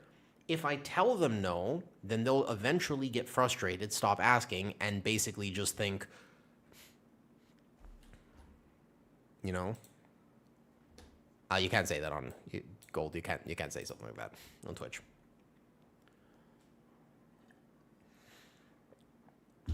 Oh, my action is I'm going right, but basically it's like it's kind of like a meme. Yeah, you know, I'm gonna stick with the flu, bro. Yari, all of what I'm going through right now has been triggered by the fact I got the flu in May. It fundamentally altered the course of where I was going.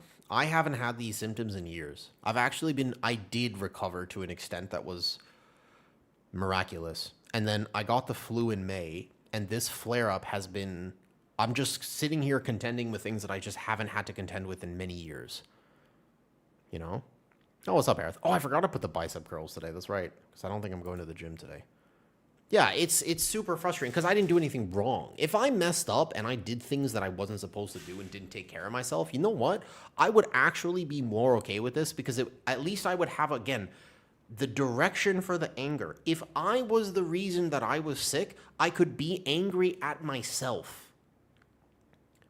But right now, I have nothing to be angry at because the only thing that happened was life. I got the flu. There's no control I have over this situation. And now, bam.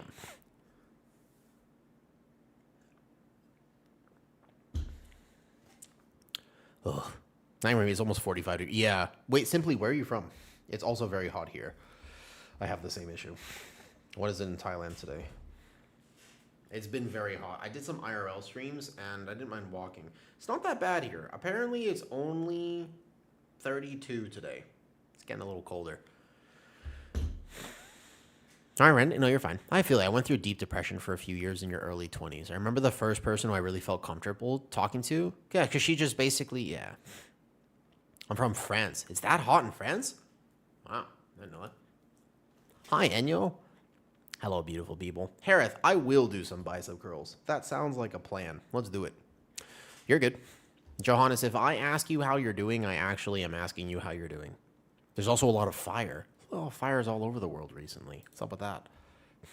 I am the sort of person who is uncomfortable making small talk for literally no reason.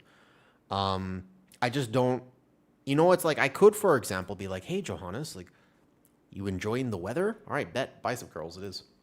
Thank you, Aerith. Let's do some bicep curls. You know? You know, Shiesty, I respect you saying that. There are two perspectives to this. Yeah, sorry, I'm on YouTube and I'm always multi-streaming. Raylan. Yeah, sorry. Well, no. Let me explain why. It's so easy to jump on people. If this was the only thing you ever heard about me, I can understand why it would sound like I am just complaining. And the truth is that if you spend your entire day complaining about your life, you're not progressing. You're not moving forward. And I completely understand that argument. I would ask for a little bit more context. Shiesty, I'd love to have a conversation with you about this instead of just take the first thing you've ever said to me as no disrespect, but be a man. Could we dive a little bit further? You said next, men take everything. It's our burden. I feel like I handle that burden pretty well. I also think that we should support each other in that burden. Do you know how successful I am? I don't think it's rage bait. I view that as a cry for help. I don't think it's rage bait. Look at the second comment. You think that's rage bait? Shiesty. Listen. You can have both feelings at the exact same time. I can simultaneously believe and be super proud of everything I've accomplished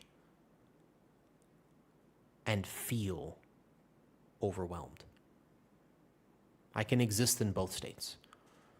My stream is a place where I let thoughts just flow. I am overwhelmed right now. I am also doing an incredible fucking job. I know how bad I feel. I know how hard the last few months have been. Do you know that I picked up extra clients instead of had to drop clients in my actual job, not on stream? I have had to make certain adaptations. I haven't made as many videos as I might have wanted to or had some of my goals. But god damn it, I have not failed. And when you feel as bad as I feel, and that's subjective, not objective, but if you feel as overwhelmed as I have felt, The fact that I managed to succeed at all in the last 3 months, holy, I am so proud of myself. But I'm also a perfectionist and an overachiever. I should have not made it in my early childhood. I shouldn't be here. I had so many medical issues. My organs didn't work the way that they were supposed to work. I grew up in the hospital. It was a long shot for me to even end up surviving past 5. I'm 29. I'm contending with greater concepts that I haven't had to think about for a very long time. I'm realizing that I'm not going to die next year. I have a long life ahead of me. That's a heavy concept. I got divorced years ago, and I am in a currently very productive relationship healing the scars of what I have been through. I am taking care of my health as best that I can. I have a business that's going well, and I am making money to not only keep myself afloat, but set myself up for my damn future, which is going to be long and vast. I'm doing a good job. I am also overwhelmed and very willing to express the fact that it's a lot. I don't use that as an excuse to not progress. I use it as an explanation that you can progress in spite of it. We view things as so black and white on the internet nowadays that either you complain or you are achieving. I just want to live. I don't want to be the best. I don't want to be the worst. Honestly, when you live like I have lived, I just don't want to fail. Because I know what that looks like. And that's the only thing that's really in my head.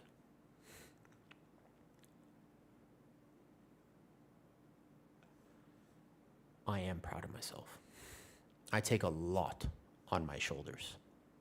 And my shoulders are so much stronger than they used to be. I hope when I'm 35, I learn to chill. I hope I can learn to relax a little bit more. I hope I can be a little less masculine. I hope I can take on less burden. But either way, I hope I can be resilient enough to handle that which I ask of myself. I will only ever accomplish that if I talk honestly about what I am going through today. Men need to express the things that they are feeling in a way that is not frowned upon, that is not belittled, that does not reduce their social standing.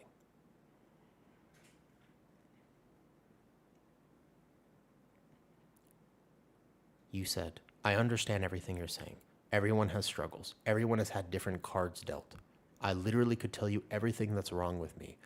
But what does that really do? Nothing. You just go through it. Aw, Shiesty, I am so sorry that other people have made you feel that way. I would like to learn about what you've been through.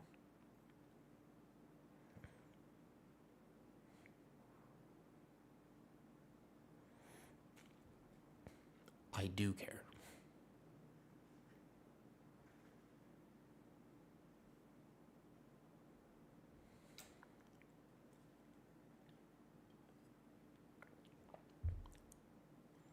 Does it change your life today?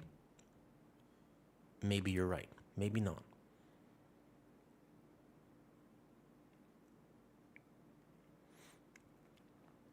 No, it doesn't change anything. But with everything that I have had to go through,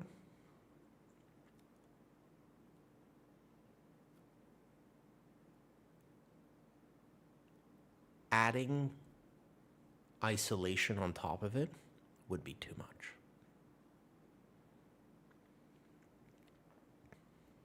you can't truly be alone in this world.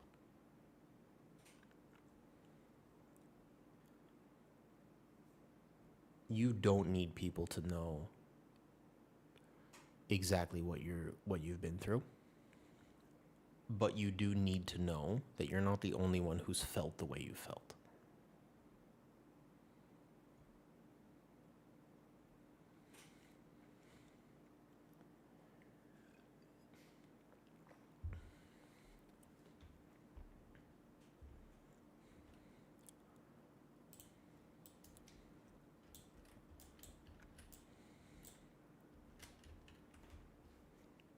You're welcome here.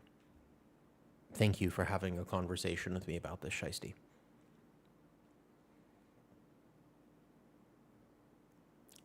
I think you're doing a good job. You're winning now, aren't you? Good job.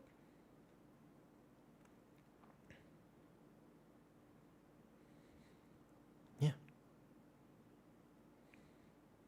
Same to you. There you go. That is indeed a win.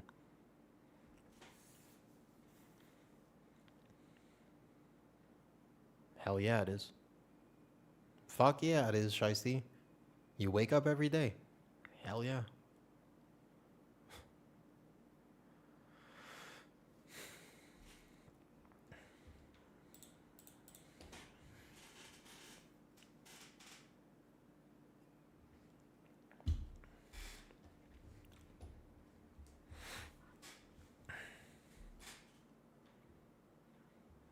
I'm gonna go get my weights from downstairs.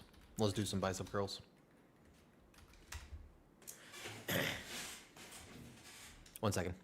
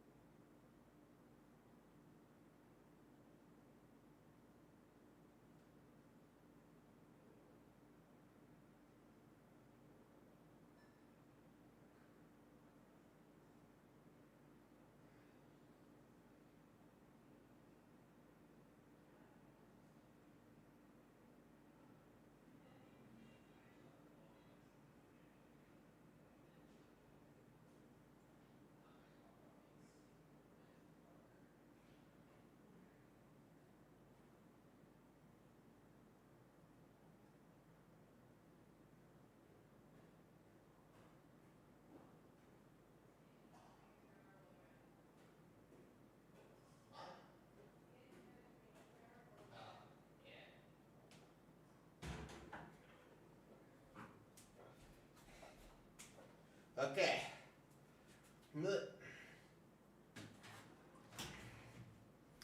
I got a bar with me. Hell yeah. What? How new you're navigating through moving overseas and living in another country? Oh, that's a good question. That's a tough guide to make. I don't know if I'm the right person to ask about that. All right, Harith. You redeem, I honor redeems. You have asked for bicep curls. Let's do it. Let's get some bicep curls in. I have a whole ass barbell with me right now. And you've redeemed 4. So that is 20 bicep curls. That's at least 2 sets. I can do a few sets today. Let's get it. Because I'm not going to the gym, but I'll do some biceps. Because even if you have mental health problems, if there's one thing that does help with mental health, it is having big ass biceps. It certainly doesn't hurt. 1, 2, 3, 4, 5, 6, 7, 8, 9.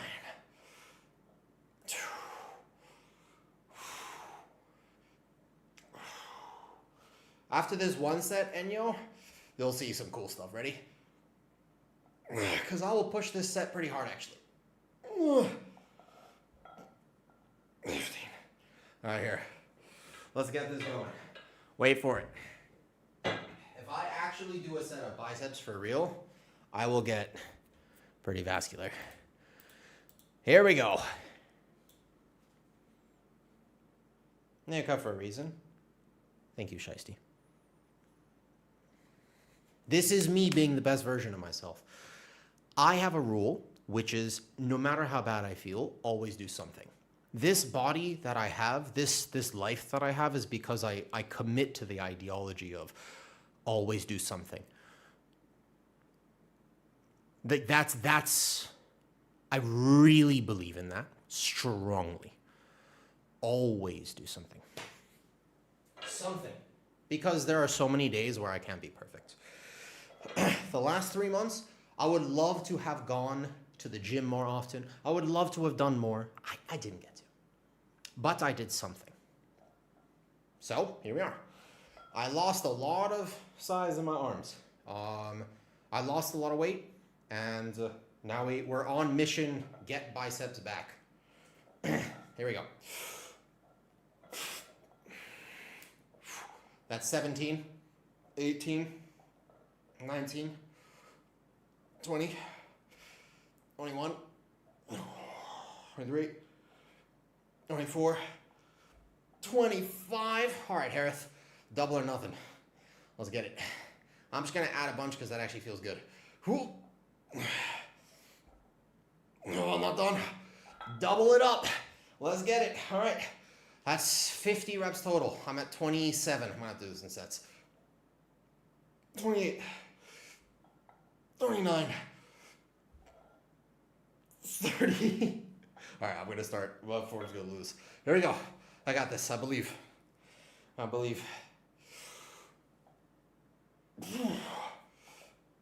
32. Oh, boy. Uh-oh. Nope. All right. Well, relax. We'll just mile rep it out. We'll just mile rep it. Here we go.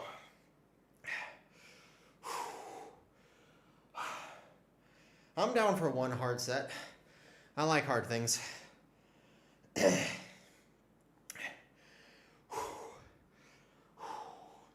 Raylan, are you still here? I'll tell you something interesting. I think you'll appreciate it.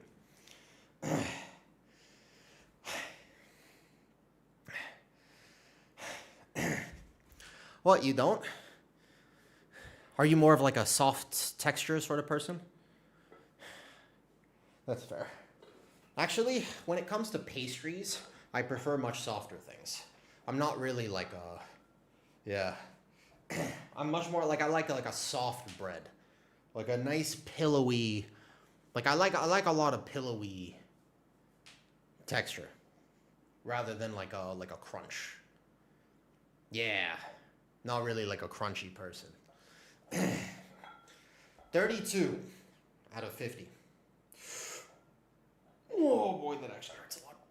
Okay. 36. Oh boy. 37.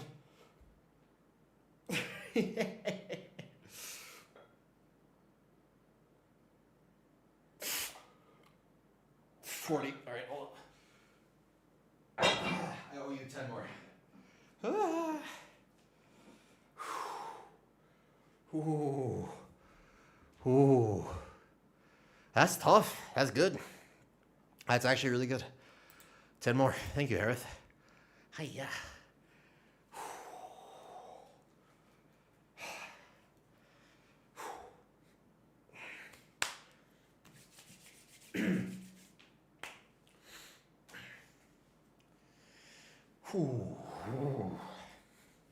Shiesty. I used to be a fitness model back in the day. And yeah, well, I'm not going to get that big. That's mostly eating. I used to be a fitness model. When I was getting into fitness, I really wanted a six-pack. I wanted like abs, like V-line. I wanted to just be ripped. I wanted to be the best version of myself that I could be. And I couldn't get it, man. It took me years. I could not figure out how to get abs. And I was doing all the wrong stuff. This is like 17, 18, 19. When I moved to Thailand, it happened in like 6 months that my whole body transforms. My own gym membership, which I don't have. Well, you know, I mean, hey, I'm not at the gym right now. You want to know the secret to how I got abs? And this is a real physiological concept, although I'm going to tell it to you as a joke first. Also, Harith. I don't think I had this up. I thought I had enabled this. Earlier today... Oh, wait a second. It's not enabled here. Okay. If you're not... Do me a favor. Just check something. New anime alerts. There should be no sound, but... like a picture of Naruto should come up if somebody follows and/or cheers bits. I thought I had enabled this earlier. If you haven't followed stream and you want to just test this real quick, tell me if this works. I can try to emulate it too. I think Stream Elements can do that. That was not trying to get you to follow. I just wanted to check something. Can you see this?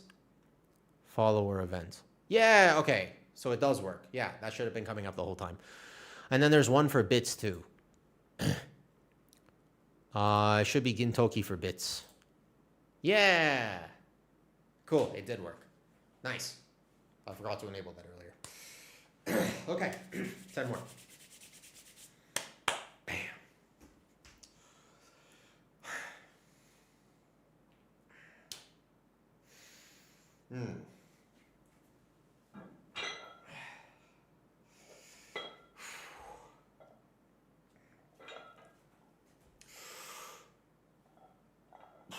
41, 42, 43, 44, 45, 46, 47, 48, 49, and 50. All right, there it is. 50 reps. Solid bicep workout. What's up, Wow Cloud? How's it going? Getting a little bicep workout in. How much am I lifting? This isn't too heavy. It's just a straight bar. What's up, Wow Cloud? We were talking. We're actually talking. I was going to make this point because I was just thinking about this. This is something that's been really hard for me. I'm not a traditional person. Sometimes I feel like I'm weird. I actually want to do my whole UI. I'm going to do a stream about it. I think it's time to get Ellesmere UI. I think his UI is just better. No sub alert. There's no sub alert because I don't want people to feel pressured to sub. I don't really like that dynamic of people feeling like they have to sub at any point. So I don't like sub alerts. That was everything said by one piece of criticism. So you got to get rid of that My Hero poster. Oh, you don't like My Hero? I feel like My Hero is a good show for people to grow up with because it's hard to watch that show and not feel like you want to improve your life, you know? I feel like that's why I like the show growing up with My Hero is like, yeah, I think it's a really good show. If I had kids, I would want them to grow up watching My Hero. I think My Hero is a good show for that. Okay. Thank you, Harith. Thank you. You like it? Appreciate it. Thank you, Harith. That was exactly what I needed for today, because now I feel like I've got actually a pretty decent pump. Hi, Web. We got another notification. Who knows what anime that's from? I just made this. Hi, Web. Do you like anime? I've tried to make some anime like things come up recently. Finish it. Flex redeem. Bet. Can do. Hello there, Web. I feel like because your name is Web, I should ask you if the new Spider-Man movie is good. I haven't seen the new Spider-Man yet. Whew. Thank you. Good morning. Good morning. Where are you from? Hello there. Hello. I think I've seen you in the suggested, although I don't actually know you personally. So let me just go say hi.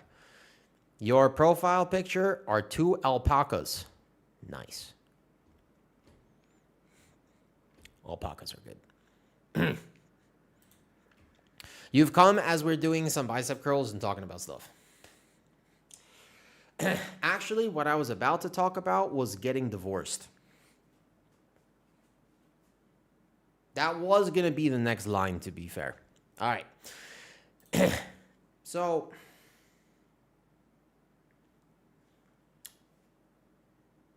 when I got divorced, the way that that whole situation was handled was really tough on me.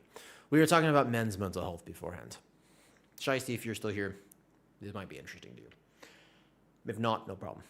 I'm glad that you spoke up, and thank you for sharing. But when I got divorced, it happened over 4 days. I had no warning. I didn't know what was happening. And then basically the reasons that were quoted was that I was weird, too silly, not regular enough. And instead of being a schmegular, regular guy who did the right things, I did all the wrong things because, well, I guess I'm just too autistic for a relationship. That was really tough. I'm still healing from that.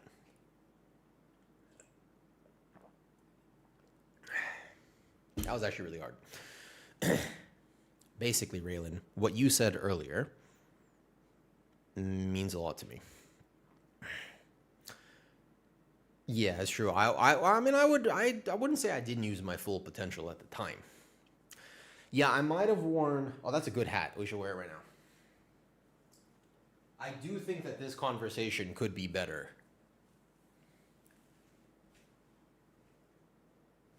You're absolutely right. Thank you for clarifying, Kafaze. I certainly think that this adds a certain level of depth and quality. Imagine that web is still here, just for a second. Okay, so.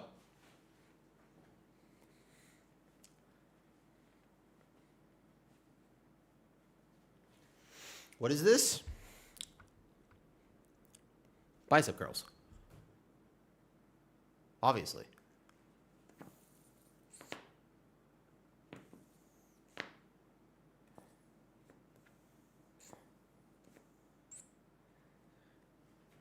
Sometimes when I get really excited to talk about something, it's like, but you can see that, like, occasionally, because I'm a little dehydrated right now, one of them is not quite as... It's trying its best. It happens. It happens to everyone. All right. Bicep curls. I've decided to do more because that actually felt good. That's your next thumbnail? Hi, Bubba. Yeah, this is probably not what people were signing up for, but that's all right. Is this the weirdest thing that's ever happened on stream? Absolutely not.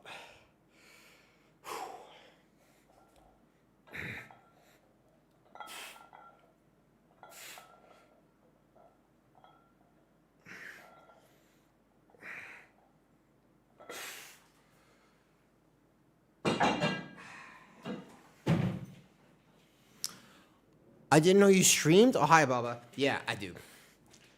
I actually think I do such a terrible job of connecting social medias and stuff because I just forget all the time.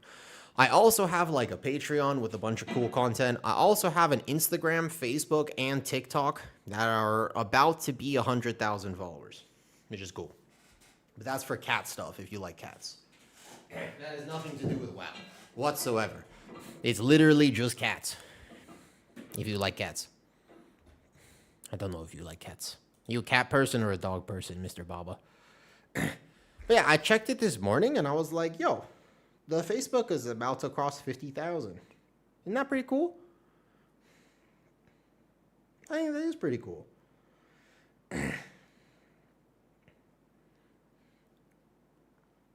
He's a cute cat, to be fair. Yeah, every time I open this, it's like this. I've done a house full of cats and dogs at your parents. I've had enough for a while. Honestly, fair. That makes sense.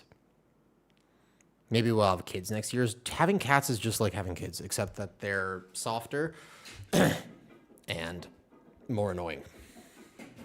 Okay, so while I am dressed like this is the perfect opportunity for me to discuss something significant.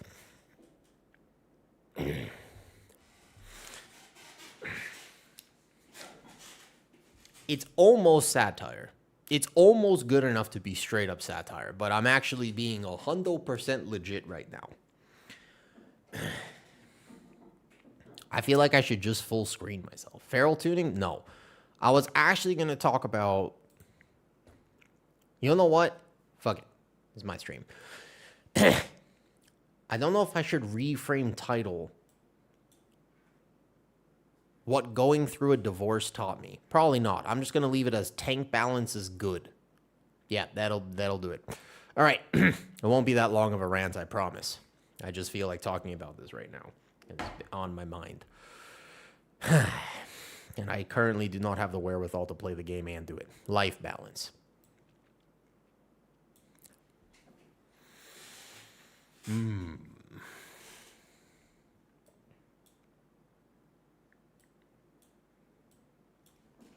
So,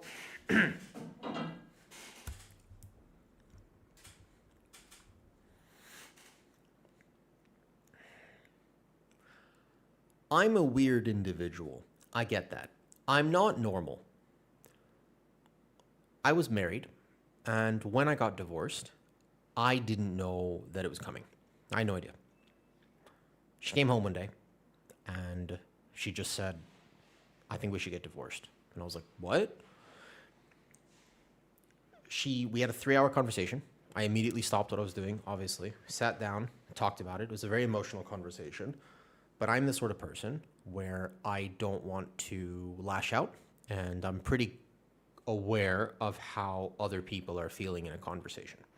So although this took me by surprise, and although obviously I was incredibly hurt in that moment, I didn't want to fight or argue, so I just sort of sat there and took it. It was obviously a lot for her as well. She was scared. She was making a big life decision. But the way she handled it was for 3 hours on that night, she told me everything that was wrong with me.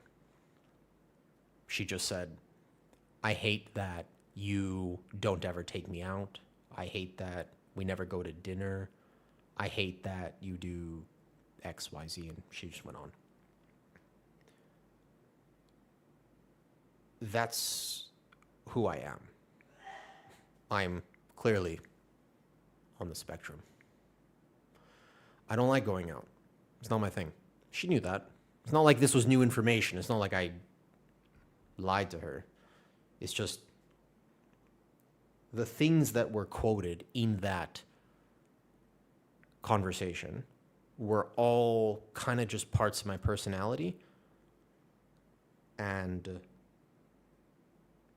that was really hard to contend with because 4 days later, I never saw her again. Just like that.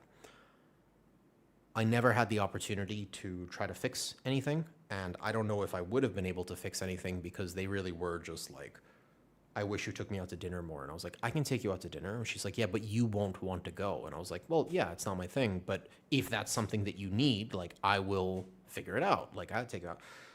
2 weeks beforehand, it was our anniversary. And I took her out to a rooftop bar.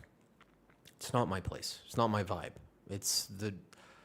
You pay a lot of money for a drink that you could have made better at home. And it's outside, hot. You have to dress up because there's a dress code, so I can't wear a tank top and sandals. But I did it because it was our anniversary. While we were out, I talked about the things that I talked about. We were just having a conversation, and I noticed people's physiological differences. I'll never forget it because we just had a good night. Like, it wasn't, for example, like nothing, it was a fine night, but it was quoted to me later that what she wanted was for me to just nice weather we're having and be normal. But I'm not normal. Instead of being valued for my differences, I was shunned for them. These sound like silly things, but obviously there was more to it than that. It hurt me to think and realize that maybe who I am isn't good for a relationship. Healing from that is difficult. Ultimately, finding the right person who will value you for you matters. I actually like that I'm different. I don't want to be normal. Normal seems kind of boring. I like that there's clearly something wrong with me. I want the ability to be normal. Like, if I need to fit in, I can fit in. And if I need to do something outside, like, I can obviously do it. But I really like who I am. And I don't want to be in a position where I have to justify who I am to anyone. Ideally, I'd like to be in a position that people value me for me. It's my favorite thing about streaming. Because when I stream, I get to be myself and do what it is that I want to do. If I feel bad, I can stream feeling bad. If I feel good, I can stream feeling good. If I want to do this on stream, I can do this on stream. It's my stream. And if people don't like me for that, that's okay. There are many people who don't like me. Apparently my ex-wife. That's the only jab I'll take. But I hope that my stream is a place where people can feel safe to talk about real things, because real things matter. And I like my stream. I watch my stream back sometimes when I have time, and I would want to be friends with me. I'm also currently in a relationship with somebody who is reminding me that it is not only a good thing that I am like this, but something that she wants. It's healing me over time. It'll take some more time. Probably a lot more time. But you should not have to justify who you are to anyone.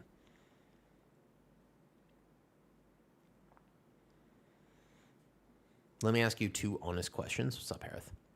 What do you actually want in life, and why?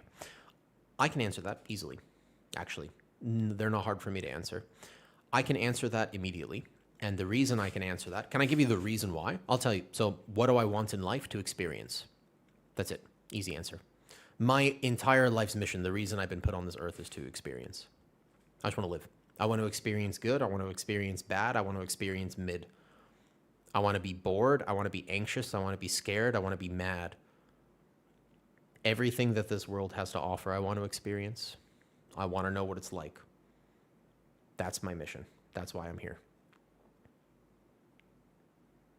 And the reason I can answer that immediately is because when I was younger, I didn't think I would make it.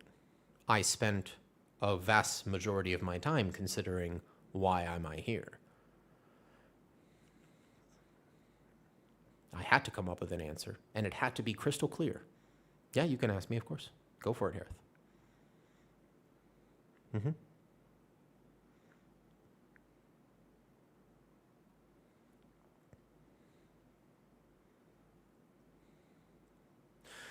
Well, Dima, I've had one of those two things.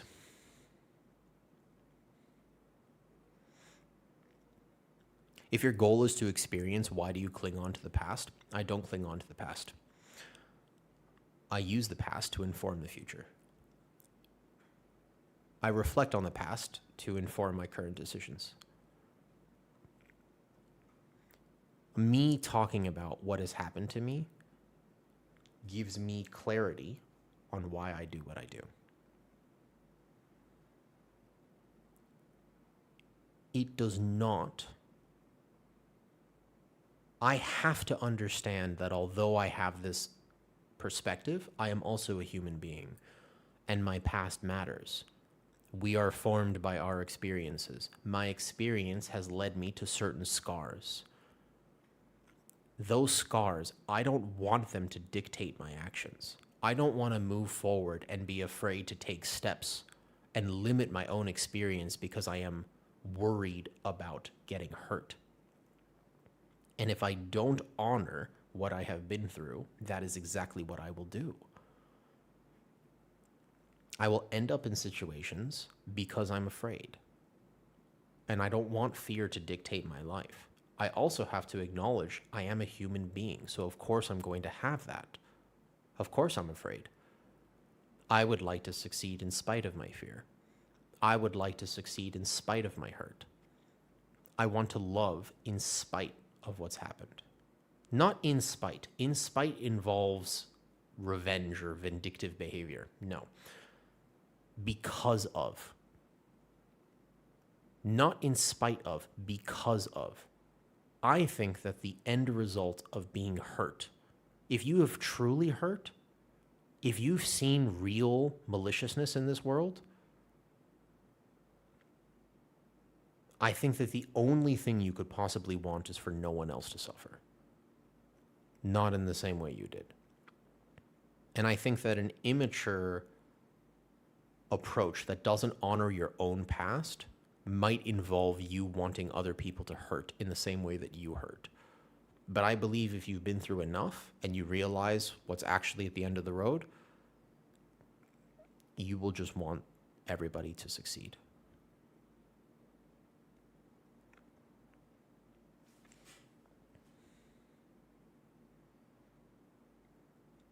Oh, I know, Harith. It's okay. You can ask me these questions. I like these questions.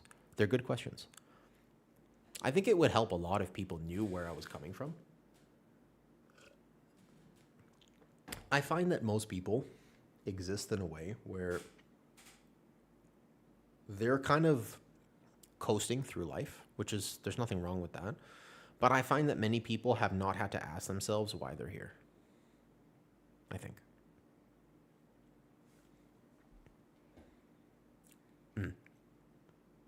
Parker, longtime YouTube viewer, first-time Twitch enjoyer. What's up? I want a full-time tank this upcoming season. Nice. Lucky for me, the tank role has opened up for your guild. Sweet. Is it troll if I play VDH instead of Blood DK for raid? What level raid are you in, Parker? That's the main question. Parker, what is your raid? Like a CE raid, a Hall of Fame raid, or anything like that? Or is it like an AOTC raid? Because the tank in raid performs one of two things, which is either the group buff that your raid is missing. So if, for example, warrior DPS is tuned low and you need a warrior, then you play prot warrior. If it's a competitive level raiding guild, because you need group buffs. Or if Mistweaver and Windwalker are both bad, then you'll play Brewmaster to fill the raid buff. Alternatively, it's the piece of utility that you might need. The utility would be Blood DK grips, as example, in the last few bosses. That matters as well. But we don't know currently what the balance will be in terms of the other DPS specs. That answers what's the best raid tank. All tanks will be able to do raid just fine, so you play kind of what your team needs you, or if there's a specific use for Pally, like prop Pally spell ward or something like this, then you might play Pally because it provides something to the raid that you need. So if Blood DK is taken right now, just know that the current tier list, all of them, including the conversation that people, Sherox and Bohook, that's a video worth a watch for sure. It will give you clarity on what to understand about the tank tier list right now. Currently, tuning will change.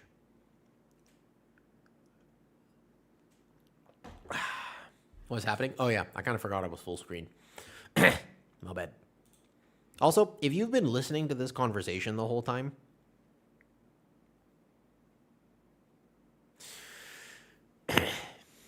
I want you to know dolphins are fucking smart. They are way smarter than you think they are.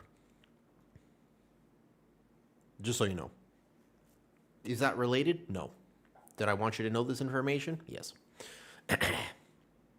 Not for real, though. This is just, I am happy that I'm getting to a point in stream where I basically no longer care and can just truly be myself.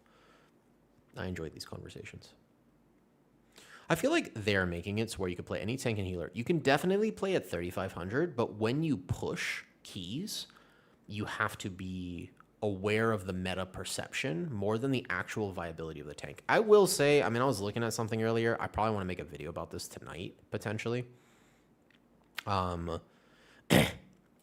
goal is probably learning in life. I would say, I think it's experience, because I think if your goal, if the goal of life is to be happy, you're going to be sorely disappointed. Happiness comes and goes.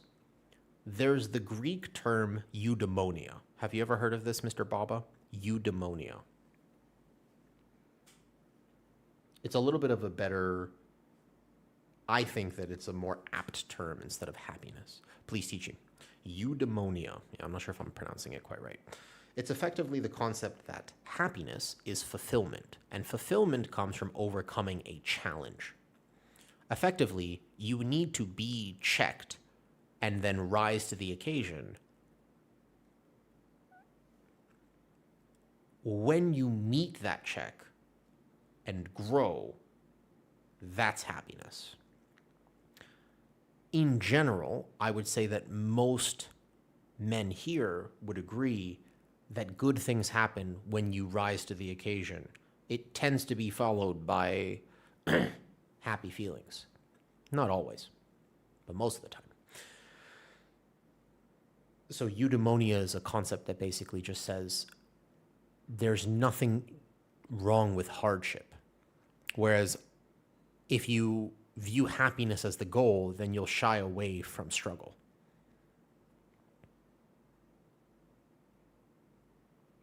Yeah. Good detox. Thank you, Parker. Yeah, ask me anything. So just so you know, I would not bank on Holy Paladin or Blood DK right now. Don't bank on them yet. One more raid tuning. If Holy Paladin is truly I don't know what they're doing in raid.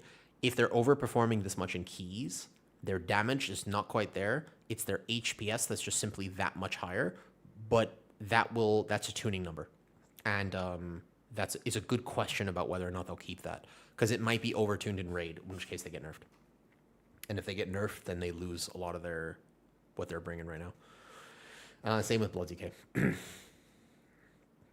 Dude, yeah. Why do they only tune off the race to world first in raid? That's a great question. Honestly, Parker, I got a lot of answers, and we can have a conversation, goddamn. But holy shit, I have no idea. They really like raid. Just know that they absolutely they care way more about raid balance than they do Mythic Plus balance, and I don't know why. They do, though. 100%. Yeah, no, I mean, I want them to look at Mythic Plus as well, but they don't. They 1,000% tune based off of raid. You want the hour-long video explaining it? You know who made the best video about this? I'll actually just tell you right now. We can watch it together. We can just react to it. You want to watch the video right now? I don't mind. A balance only will check perspective and choice. There's also a few other things that people aren't taught. Watch the tier list I made yesterday. It's a dorky video. Yeah, and well, unless Blizzard forgets PvP exists, and therefore so do I. That's an easy answer there. That's pretty simple. Also, China 1 takeout. If you're still there on YouTube, the answer to that question is I've absolutely considered it. I've worked in health and fitness for a long time. I have health problems, so the answer is no. I have friends and I know people. Yo, thank you for the Prime sub. It's Dorky who made a video about it this last season. Early on in the season, he made a video about how Blizzard balances, and he was absolutely right. I can make a video about it too at some point. Mine will be a rant video. His was better. We'll just watch it together right now. Let me pull it up. Here, let's find it. We'll go to Chrome for this.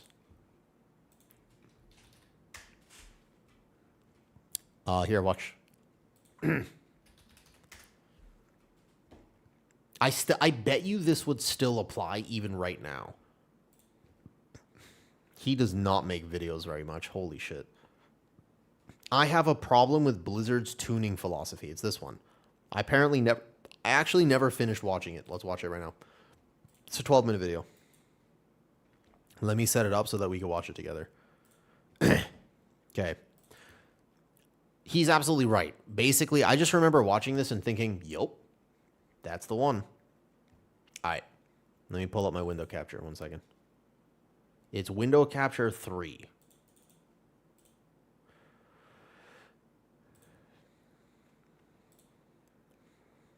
And then I need to put the music to it. If you're watching on YouTube, you won't be able to hear this, just so you know. I can't put this through to YouTube. This one. There. Cool. Don't look too much. Hey, look, it's my own podcast. You should totally listen to my podcast. Look at that. You're a casual now. I thought that thumbnail was pretty good. I actually have had... This thumbnail was pretty good. Also, this guy makes fucking amazing One Piece songs. I will say, they're AI, but goddamn, he makes some good... He makes some good songs, I will say. This guy makes some great songs. All right.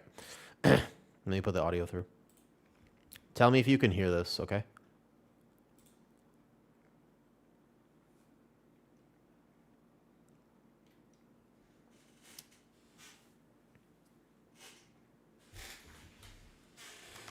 Can you hear it?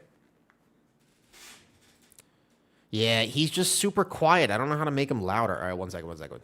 Let me get it. I'll make it. I'll go up. I got this. Let me just tell people. Let me just post the comment, TH, unless you want to on YouTube. Can't hear. Hold up.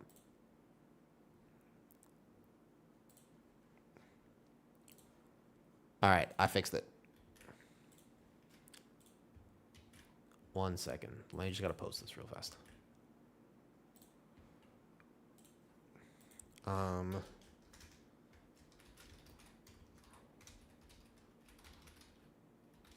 Video real fast.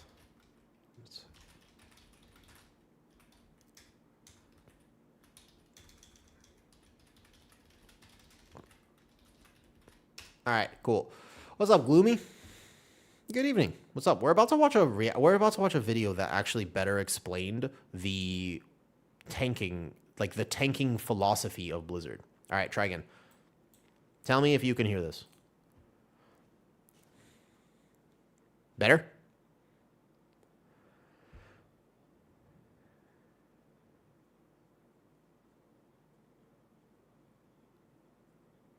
Good now, right? Yeah.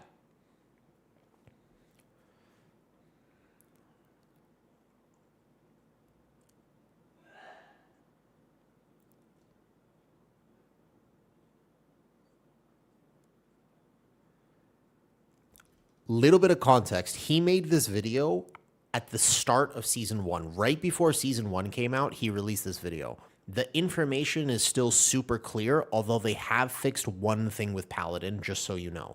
But the rest of this information is exactly how they tune the game, and I think it's worth a listen. Because this is the problem with tank tuning. I keep trying to tell people that when you watch tier lists going into season 2, you have to look at raid logs, not Mythic Plus logs. The actual performance in Mythic Plus is just not a factor in how they decide to tune and what's going to be meta and how they're going to adjust things. They look off Warcraft logs. Spoiler.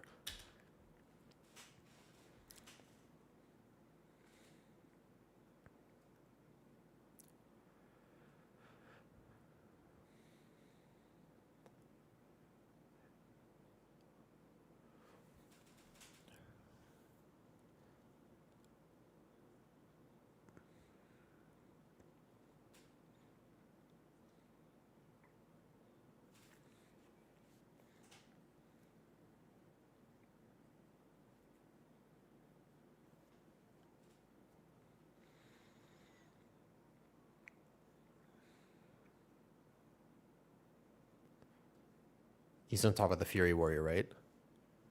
Yeah.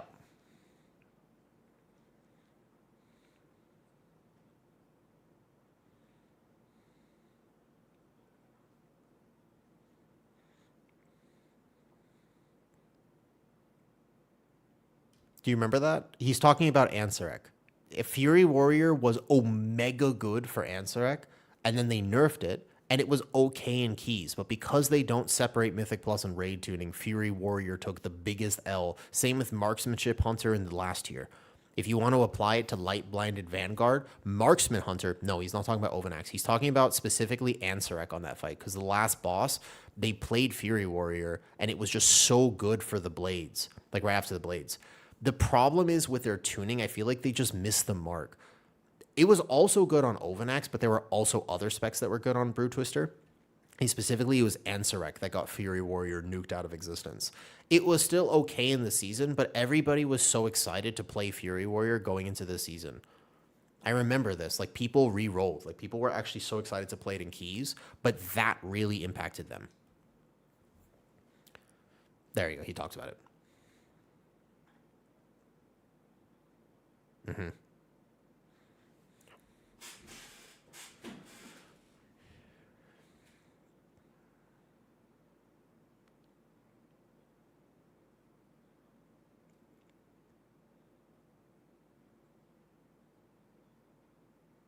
Huh.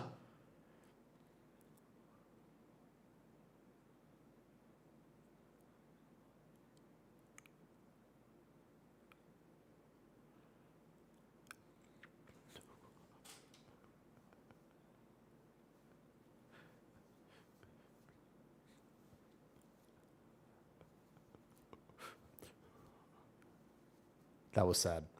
Mm-hmm.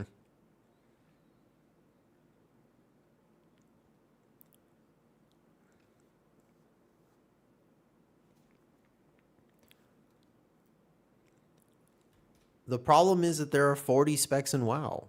There are actually, it's so hard for them to balance this properly because you have different damage profiles, and those damage profiles shine on certain fights but fail on other fights.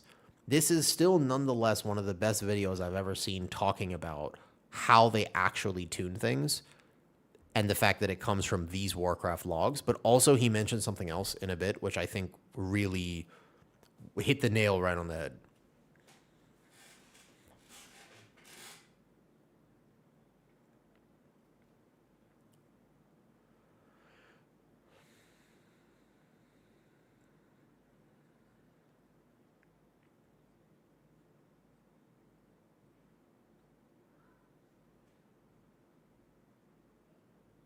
It was Mythic 0.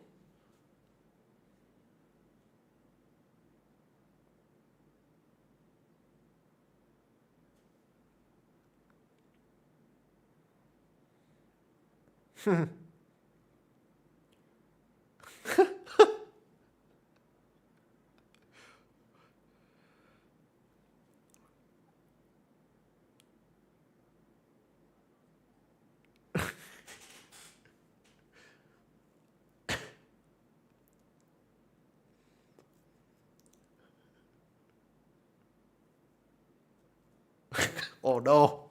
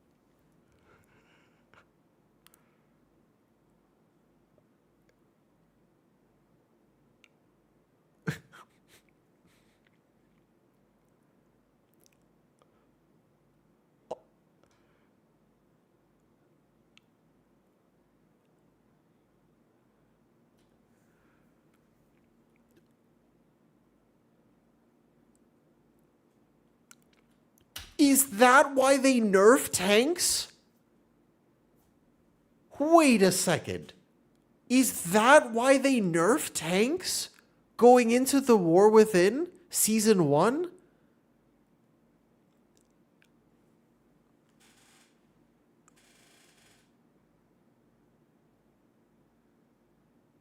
They nerfed tanks because Asmongold did a Mythic 0? Some people have way too much influence. What the hell? Wait, I don't remember this.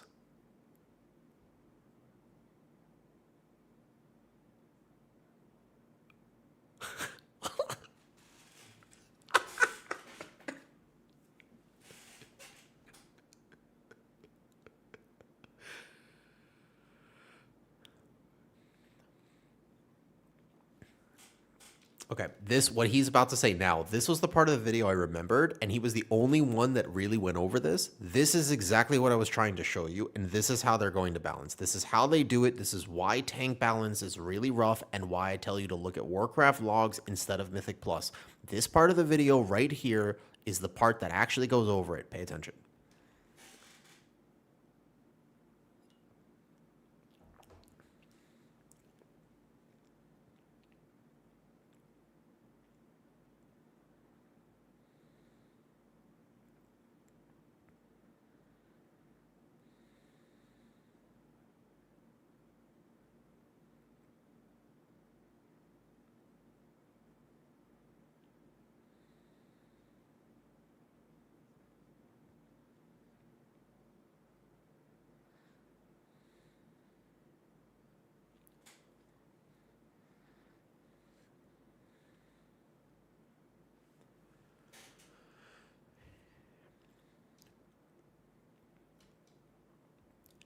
He and everyone else tried to tell you about Puzzle Box. I tried to tell you, everybody, there were still some people who really thought that Puzzle Box was the best trinket because it simmed high. That trinket was super absolutely trash and would actually troll you in keys, especially early on with the original Apex version of Guardian Druid. It would actually troll you because you already struggled with threat. It's a little bit easier when they buffed the no Apex version, but before that, when you were playing the Apex and you had to set up your ramp windows, adding a 2-second channel to that would almost guarantee that somebody was going to rip threat from you. And that's a fundamental error, but of course not accounted for in Sims, as he is about to explain.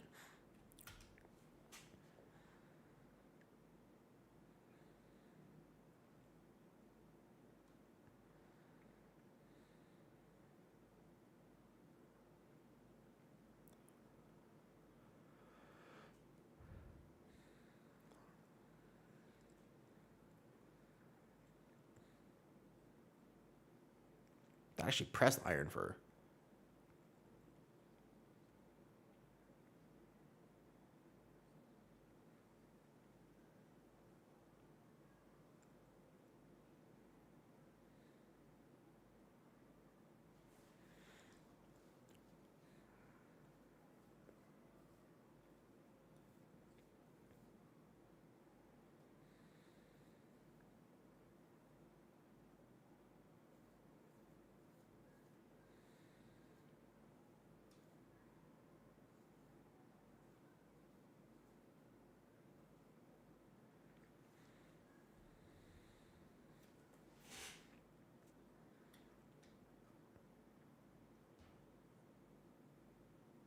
Mm-hmm.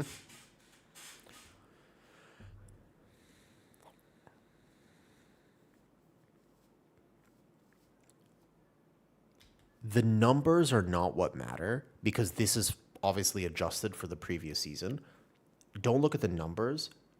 Something that is underrated when talking about tank balance and tank builds is, do you have a build you play in raid versus a build you play in keys? Because some tanks swap only 1 or 2 talents to greed 1 or 2% DPS, but then you have a build like Bear. You know that one of the highest single target builds for Bear right now is to run Convoke with Red Moon. You don't even play Incarn, but you would never, ever, ever do that in keys. It doesn't work for keys. The problem is that if I did that and I were to do extra damage in raid and I were to do that consistently, they might actually nerf because of that, even though I would never play that build in keys. He made this video months ago, and he's absolutely right about it.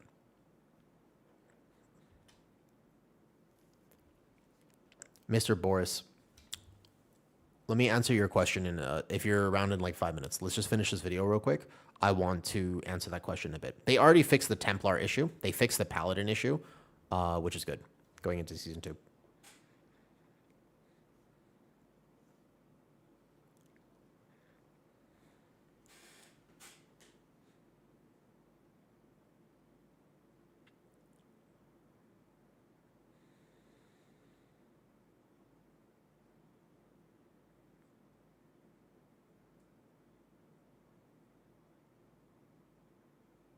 Mm-hmm.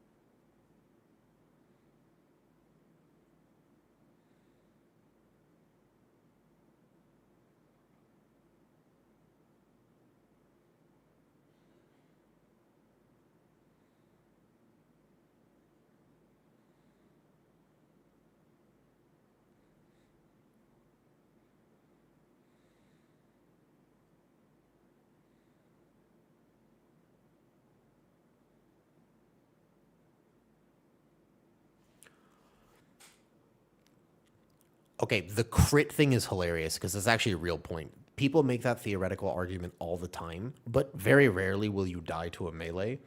If the season will check you and you need to, there's a reason why people use other stats. Crit works when it has an additional effect, but the fact that it increases your parry and dodge, if you didn't know that, it's not that it's a bad defensive stat. It also increases your damage, which therefore increases your shielding and your leech and stuff like that. But it is something to consider. And what he just said in the last 2 minutes is what you need to know for season 2 and future tank tuning, because they are not changing this philosophy. This is absolutely how they do it. They use single target sims that are very accurate, and certain tanks get unfair treatment because of it. They also miss completely. The Guardian Druid buff of 200% thrash damage was because that build was not being simmed.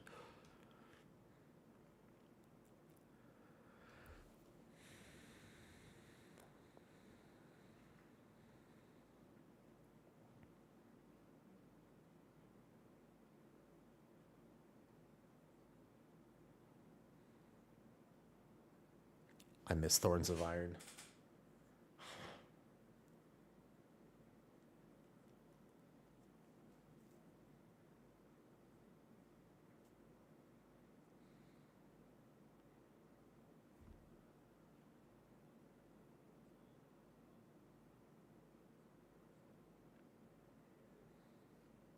They fixed that.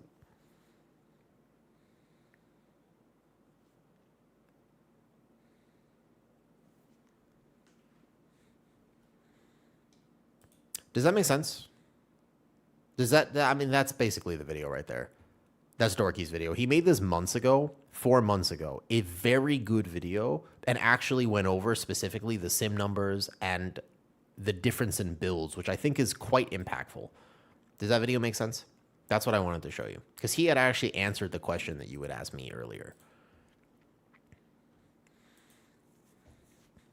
Also, hi, Les. Thank you for the Prime sub. Hell Boris. Yeah, that's basically what you need to know. So what you should do is look at when you log into Guardian Druid. It's still frustrating. It absolutely is. Here's the problem. Blood DK, when I log into my Blood DK, how many different talents do I take in raid? That's what you really should look at.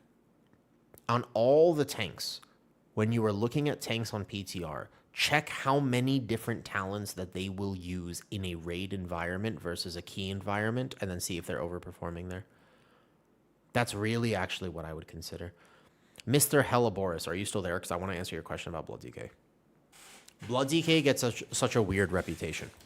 On Bear, for example,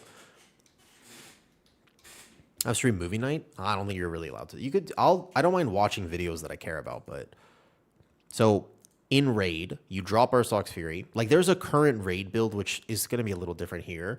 The raid build that I have on current live realms that I use to parse 99 is going to be unbelievably different. Like I think let me think about what I actually do. I drop this to parse 99 in current live realms. I drop pretty sure I go. I think I might play Blood Frenzy on AoE fights. I don't do the Convoke that I know that Gnome Render does. I play full Apex, and then I'm going to take every potential damage talent that I can. You would never do this in Keys. Like this is what you see right now is something I would never ever in a million years do in Keys. But I do think that give or take, you know, he did an Illidan arc. Okay, I actually like that AI channel, to be fair. I liked the Arthas movie that he made. I thought it was good. But it's something like this. I don't know if this is exactly right. But I'll drop every possible defense, and then I don't press Iron for it whatsoever. And then I also play Red Moon.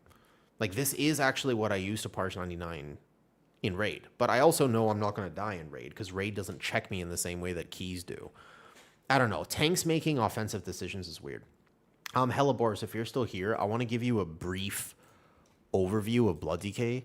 I think Blood DK gets such a weird rep because people focus so much on trying to optimize that tank.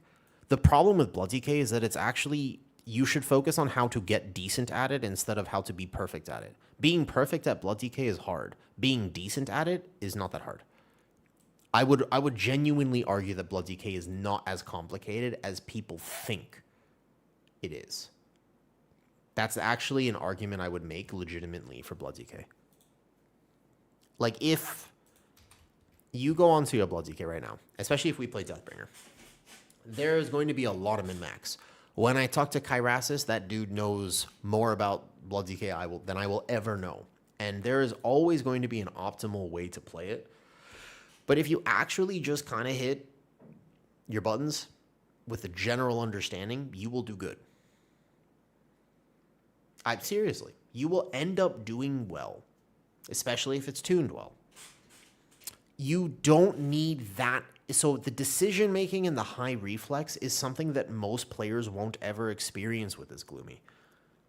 You won't get to a key level where that truly matters because Death Strike can almost be used rotationally. Why am I dead? All right, the hardest part about playing Blood DK is apparently you die when you log into the city. Yeah, it's yes. I'm not saying no to that, by the way. But what I am trying to say is that actually you can almost Death Strike rotationally.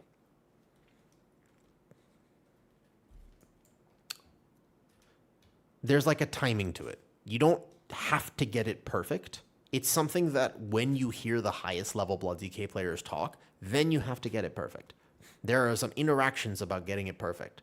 But honestly, if most Blood DK players just hit Death Strike every 3 to 4 globals, they'd be fine. Like, actually, if you just learned how to rotate and you just kind of went, let's imagine you're not playing Sand Lane. You're playing Deathbringer. So your shield will be easier to manage. Yeah. But I think that this tank gets such a weird reputation. It takes damage, but it's usually because they're too afraid to refresh your bones. Yeah. You don't want to spam Death Strike, but as long as you know to alternate it, which is the same as any other tank, it can almost be played without thinking and reacting. In most content, if Blood DK is tuned well and you're geared, you actually could kind of just walk in and mess up as long as you understand the basics of tanking, how to gather, the defensive rotation, etc. That's important, sure. You got to understand those things. Like, you can't just walk through mobs without a setup, but that's any tank.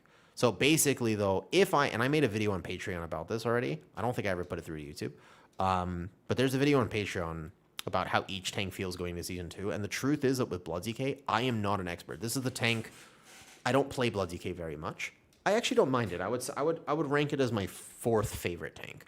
But the idea is, if I just walk in and effectively, holy ping issues. Wow, holy ping issues. But basically, if I just walk in, and then from this point, I get a few resources up, and I hit a Blood Boil, is the right answer for me to hit a Death Strike or a Heart Strike on that global? Should it be Marrow Rend? Should it be Blood Boil? The truth is that in most content, if I hit 3 when I should have hit 4, I'm going to be fine. If I hit 4 when I should have hit 3, I'm going to be fine. If I get the basics right, and I just basically am at least spamming buttons and never having dead globals, and then I can just basically be on this dummy and hit the things, is this optimizing my damage? No. But is it am I going to live? Absolutely. If I just hit Death Strike every 1, 2, 3, 4, 5 Death Strike, I'd be fine. 1, 2, 3, 4, 5 Death Strike. I actually, like, as silly as this sounds, you would do all right. Should I be hitting 3? Absolutely.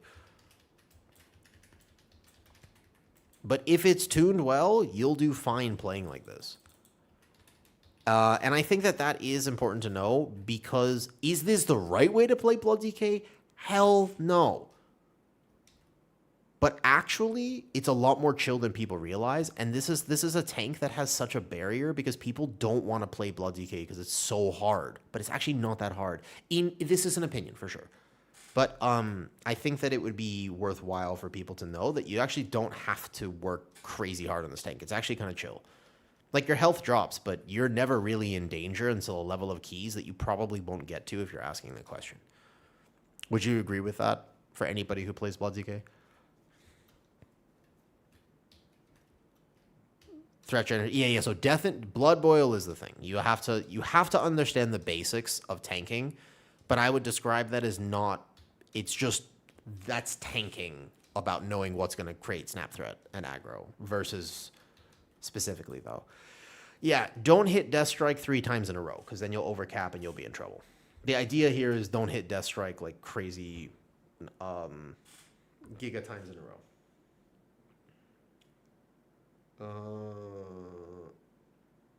I have a DPS, so we have it on farm. No.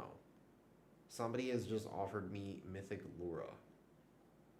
Do I have we have Mythic Lura on farm. Do you have a DPS who wants to come? God damn. It helps to have friends. God damn it. It is good to have friends. The answer is no. I don't want to do Mythic Lura. That sounds terrible. The gather on Blood is hard. I would say that Blood, the hardest thing about Blood is managing your gather. But there are solutions to that, and I don't think the solutions are that much harder than what a Prot Warrior would have to manage. Because Prot Warrior has the same exact problem, it just has slightly more mobility if you're using your charge. Death Advance is not bad. Like, it's still a fair movement speed. It's just a lot of Blood DKs don't even use Death Advance to begin with. It's just that wall key. Yeah, so it's... Unless eventually you get to a point where Blood DK is checked in that way. I just think that it's not as quickly as people think it is. I got Resil 21 as a bear tank. First time tanking. Will I be able to do similar learning for Blood DK? No. Blood DK will challenge you far more than bear will. There are certain mechanics that you can avoid as a Guardian Druid, and it is one of the fundamental things to understand about tanking. Guardian Druid gets hated on, not because the rotation is simple, but because it can ignore certain fundamental tanking skills. The rotation of Guardian is give or take just as nuanced, shy of one button than almost any other tank. Brewmaster presses 1, 2, and 3. Prot Paladin has to decide between 2 and 3. Blood DK has 5 buttons. Bear has 3. Plus your self-heal.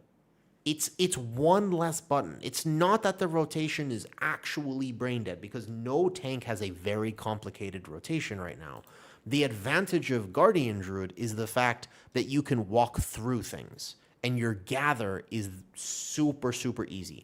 Thrash is omnidirectional. Moonfire has a giga extended range, especially when you're playing the talent. So you can Moonfire something way over here. Your range threat is pretty decent, especially if you're using little tools and tricks like Heart of the Wild and Boomy form that can actually aggro every single mob in a 40-yard radius.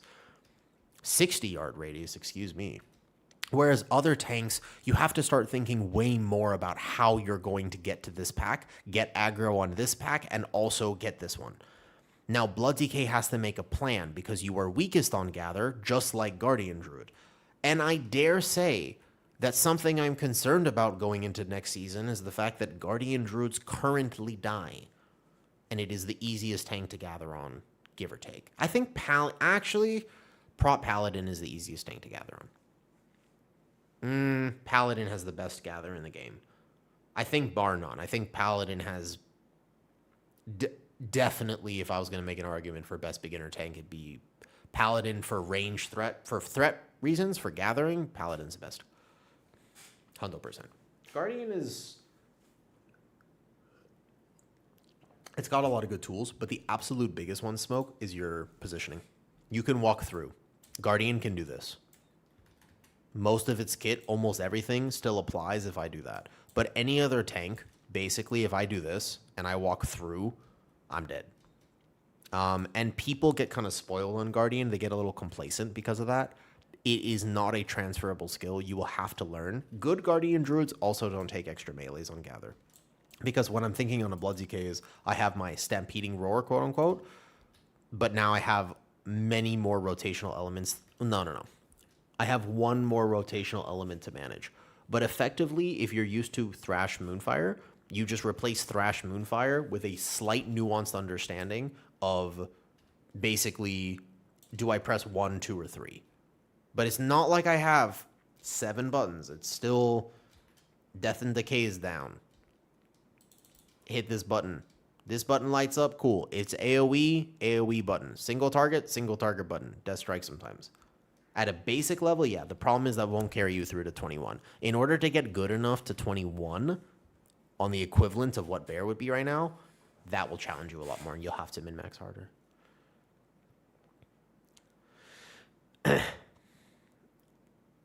Intelligent Root is a vampiric blood. Yeah, so the idea for most tanks, just like Guardian right now, is you need coverage. What's up, Lee?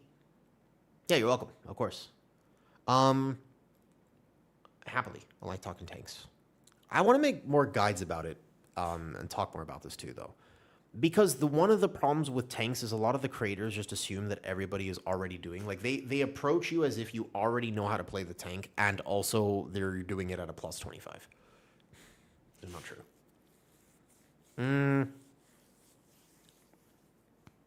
Also, don't reroll yet. It's not a Blood ZK season yet. I would wait for that. Every skill generates AoE threat. Doesn't generate Bone Shield. So if you're playing Deathbringer, you kind of you honestly just mark. Like, Baba, the advantage of Deathbringer over Sand Lane is that you don't have to manage it too much. You really just mark as soon as you get into a pull, effectively, and then you have Dancing Rune Weapon. That's it. And then you have Dancing Rune Weapon. And like, if you told me that you were just if you told me you were just gonna play, I also keep my ping is super rough right now. I don't know, actually. Like, I'm having like a whole 1.2 second of delay. But yeah. There's so many of these abilities that I don't even really need on my bar. Blood Decay brings a lot of advantage, but it just isn't as hard as people think it is.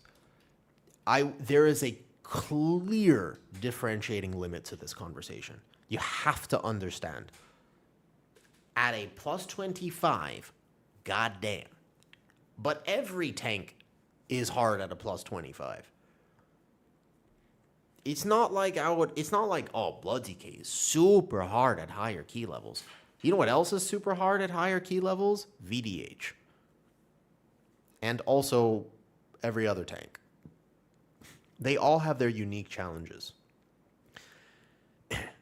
If you are curious more about this, I made a first look series.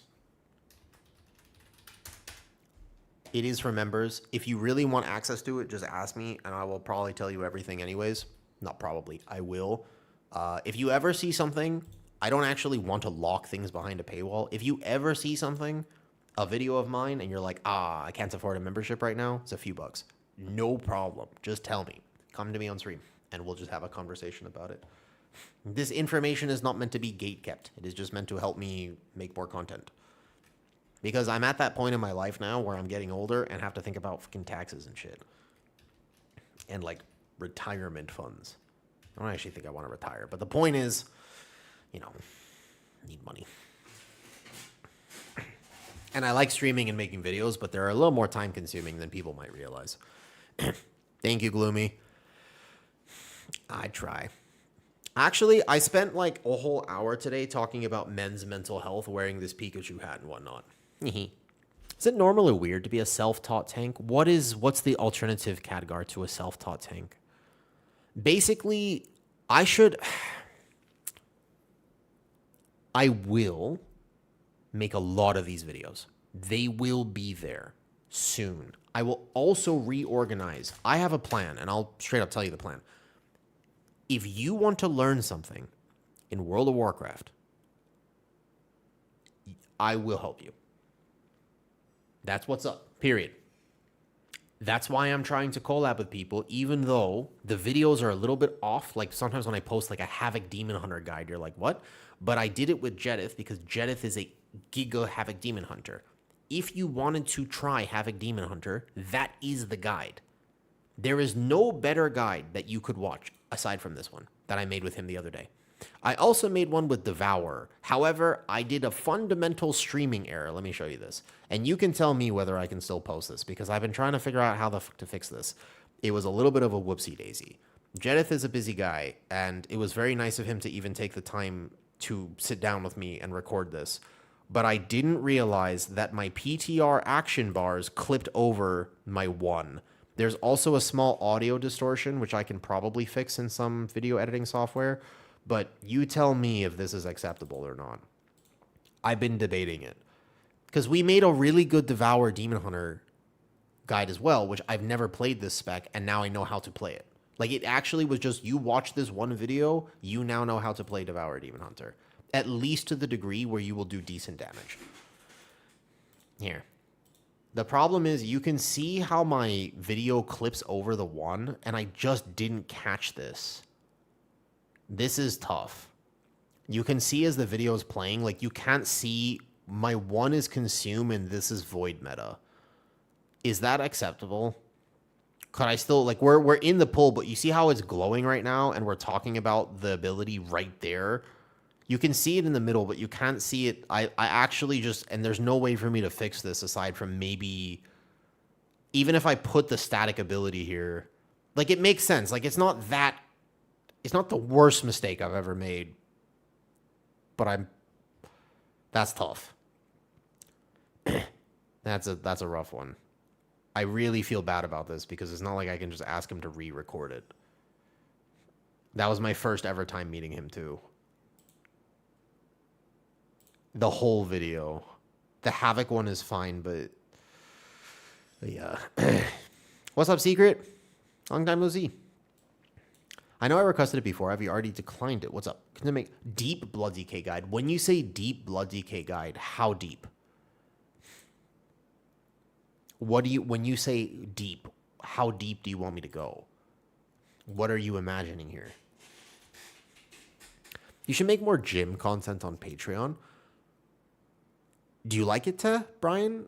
I'll make a little bit more. I don't mind. I could make a few more gym things. That felt a little weird too. I mean, there's a lot of things I want to post and make, to be honest with you. I just sometimes don't know always what to do. Going through the gameplay cores and min-maxing stuff so we understand the hero generally better.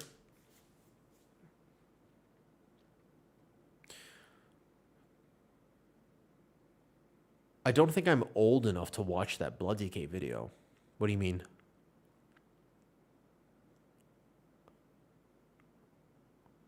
Why wouldn't you be old enough to watch a Blood DK video? Oh, because I'm going deep with it. I see. I understand. I get the reference. Yeah. So, I mean, I see.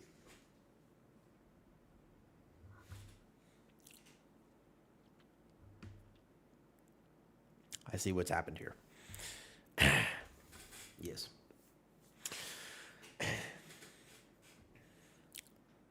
I don't know why people think that I'm the deep Lazzy. I'm clearly shallow.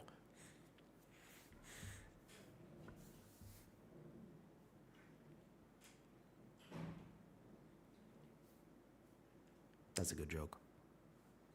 It's a good joke. It's a really good joke. Because it's got like the triple entendre. It's got like 3 layers to it. The first layer is clearly there's nobody named the shallow. The second joke here is, thank you. The second joke is that I'm very deep. I was blessed with a certain swing and thing, so I don't really know how to go shallow. The third joke is that it's out of character. So it's got like it's got like 3 layers to it. You know what I mean? Is your coaching once a month through Patreon, Big Grizzly? Yeah. Hi, T. Oh, T, did you just come in at that point? No, that's an awkward time to roll into stream. Well, listen, I stand by it, but still. Bro's joke was so confusing, he started describing it all. Listen, sometimes you have to explain jokes. Still, it's funny. You're just like the Deep from The Boys. This is a $4 tank top. That's actually less than $4. I only have 1 tank top. Some of them are green. I mean, I'll take that compliment. Like, I don't mind the compliment. He's an attractive dude. His personality less so, but I'll take it. Hi, T. I hope you timed the 22. I didn't see earlier. Explaining the joke ruins it. I always think, Gloomy, that if I can, one of my favorite activities on stream is interacting with people and making jokes that some people get. Everyone can enjoy the joke, but not everybody will get the same layer of the joke. For example, you might be listening to this, and many people might be partaking in this conversation and think to themselves, okay, like, what's he on about? And it's like, you'll get it in 3 days. And if you don't get it in 3, that's fine. Like, it's not for everyone. The whole point is that was really funny, but it will only be funny to X amounts of people. And the other people will just be like, it's a woo ranting. That's cool. That's totally fine. Like, I'm all right with that. And then if I could keep going with that the only problem is sometimes I don't know when to stop. That's my issue. My actual issue is now my brain is just, the gears are spinning.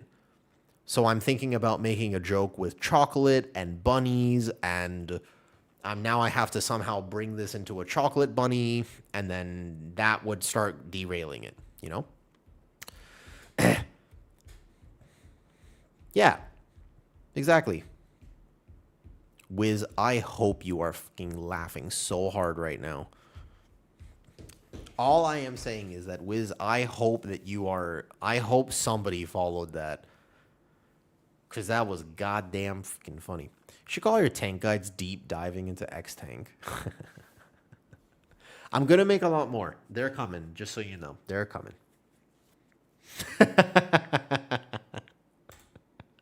At this point, I feel like it's a 9 out of 10. I feel like that one, it ended up being a 9 out of 10. It originally was like 4. God, boss, have a good stream. Thank you for hanging out, Gloomy. I will make some stuff soon. I've been busy. I don't know how often I'll be streaming in the next little bit, just so you know. I will make sure I prioritize my health first. Is Blood DK still looking good? Yeah, we were just talking about it. I'd be careful about banking on Blood DK as the meta tank right now. I think tank balances are right if they look at Brewmaster and VDH. You only have 1 tank top. No, I have 23 tank tops. I counted the other day. I think it's about 23. I just have them. It's the same tank top in different colors. So I have like gray, green, blue, red, light gray, dark gray, few black tank tops, light green, light blue, 1 light red. I change them like once or twice a day, but it's the same brand. I don't want to change the brand of the tank top. This is the most comfy. No, yeah. So I've got like different ones. I don't have a pink one. I have said and will continue to say Blood DK won't be meta.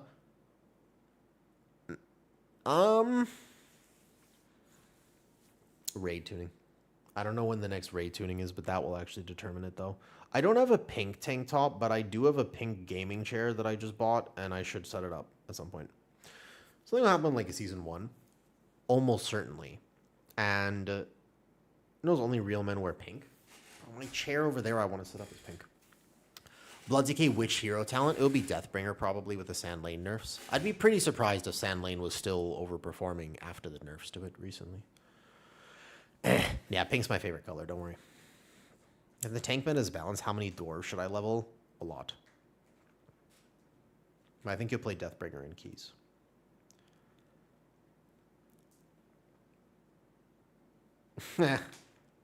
Well, Blood DK on PTR TH is so much stronger than on retail.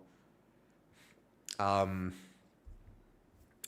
mean, Blood DK on PTR is like a different beast. That it's a fundamentally different experience to play Blood DK on PTR. Do you know about the bug? I mean, TH, you know about the bug, right? Like, they've been casually taking almost 10% more damage the entire expansion. It's a bug.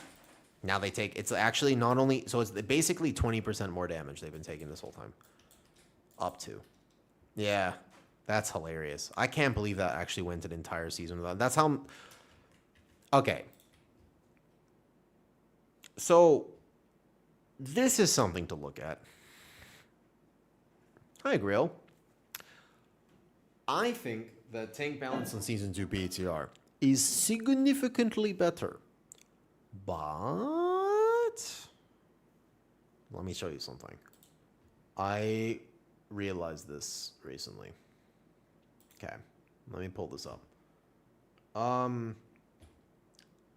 Do you know how many of the top 500 runs on US are done by not a Brewmaster or Bear? I'll make a video about this soon. There is a reason that everybody wants to know what's meta. I'm going to prove to you that reason right now. Let's look.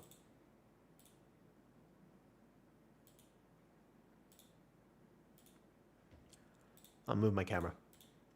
So this is the top US runs behind me. Cool? Watch this. Tell me when you see a tank that is not Bear or Brewmaster. There's your first brew. There's some brews in here. Brew is actually not bad this season. There's Shaw on his brew. Good job, Shaw. Yeah, but you just tell me when you see a tank that is not Bear or Brew. First 100.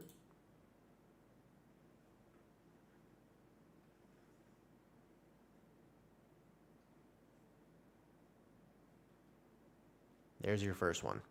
And he doesn't count. What? I didn't even see a warrior. Where? Wait, there was? Fucking where? Am I blind? Holy shit, am I just blind? I'm fucking blind. Holy shit. Wait a second. Oh, goddamn Bulbas. Oh, you're right. Okay, fine. Tell me the second time that you see a tank. I'm so glad I did this on stream before making a video about it. That's great. Holy shit. All right, bet. All right, so there's two. Let's count. Let's count then. And let's do this together so that I don't mess this up when I actually make a YouTube video about it. That's great that we're checking this. There's 3 Nubidin. And all 3 of these people so far, by the way, have been this spec for a long time. Something interesting to know, if you don't know, this guy has been a prop pally for a long time. This guy has been a prop... You can go back and look. He's not like a new prop pally. Yeah. They're mains for a very long time. How do I... Where is it again? Yeah, if I go down here and we just go... I don't know if he played every season, but there you go. The War Within Season 3. The War Within Season 2. The War Within Season 1.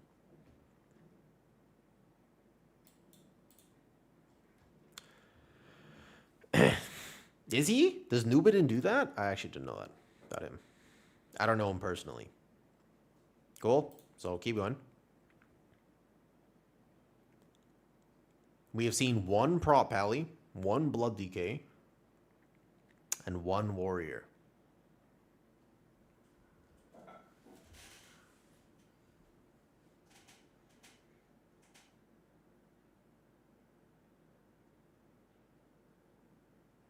We are now at 300.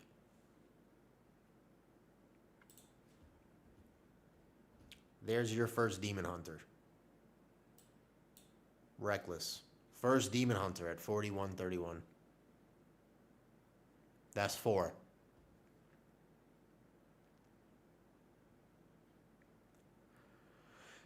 There is a reason that people care about meta. There's 5. Second Demon Hunter.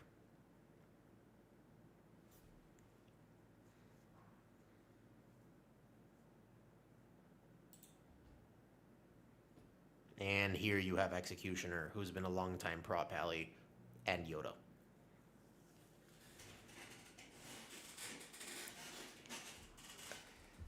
It is tough to justify tank tuning when you look at this. We have in the top 500, if you count what we just saw, that's 500. There's a lot of Brewmasters in here. I think it's like 90. This is US, by the way. We're looking specifically at US. Yeah. Executioner is a prop pally who's been playing for a long-ass time. I know him. Obviously, that's Yoda. So those are 2 right there. And then you have Tactics Warrior, who's still on his bear to get title. That's it. That's all of them. So we counted of 500, there was like 7 who are not bear. There, to be fair, there's a lot of brews in here. Brew is not bad this season. It's just not bear. But yeah, if you're not bear or brew, you can't play this season. Not really. Like it's, yeah. I mean that's tough. No other season has been this bad. There have been other seasons that were pretty oppressive for tank meta, but it was a little bit better than this. If we look at, for example, you could see here, this was a warrior season. You still had a few brews in here. But top 500, Executioner's there on his pally. Even the first page has 3 different tanks. 4, if you count Squish. This is the first page of the War Within Season 3. There's Kyrasis. Actually, every tank is on the first page. There's a lot of different tanks here. Yeah. This is the first page, by the way, in Season 3 of the War Within. Which was a prop warrior season, but it was a little bit better. That's the first page. It's a fun, I mean, it looks crazy different. I think that even when, I mean, it's still rough, but it's better. And then if you look at the War Within Season 2, I haven't actually done this, but let's see. This was the VDH meta. Again, you still have, remember, it's the same warrior who is currently on right now, but you had VDH meta. And you have some warriors in here. There was Poa on his brew. There's Squish on this. There's Forest on his bear. So this was a pretty oppressive meta. Like VDH was super dominant, but still on the first page, I see a few bears. I see Mr. Doty Parton, and then a lot of VDHs. But even here in the first page, I see more non-VDHs than the entire 500. In the season that we have right now. I think there's a few reasons for that, but I bet you season 1 was pretty bad, no? This was a prop pally dominant season. You have Squish on here, you have Bobus again on the same prop warrior. I'm assuming there's not going to be too much. This was a very prop pally heavy season. Dragonflight season 3 and 4 was the last time you had a tank meta that was actually so oppressive. Now, even on this page, I still see more on the first season here than I do most other places. Yeah, I do. And this was a very prop pally heavy season, to be fair.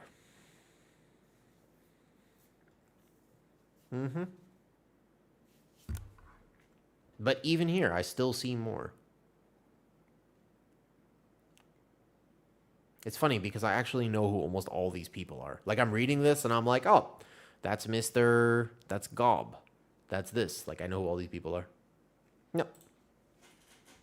So, when it comes to tank balance, we have seen, I mean, this is now going back a little bit too far, I think. Midnight Season 2 will be better than this right now. Midnight Season 2 will definitely be better. I don't know, Yoda and Squish are on here. And there's Nubidin again. Nope, still better. Even when VDH had double sigils and stuff. No, Ryan is Brewmaster. Unless you're in the keys, unless you're VDH. Yeah.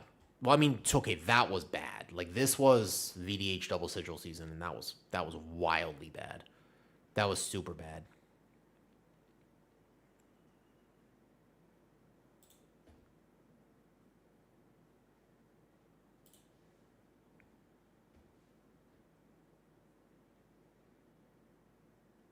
Yeah.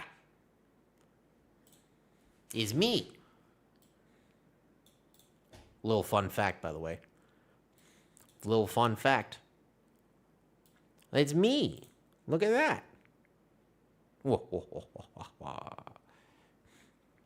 If you include pre-patch, it was even more than this. Let's see. I was up. Yeah, I was there a little bit with pre-patch. Oh, I was gaming, man. I was gaming. It was. I mean, it was. This was with pre-patch, to be fair. So that is a little inflated. I admit.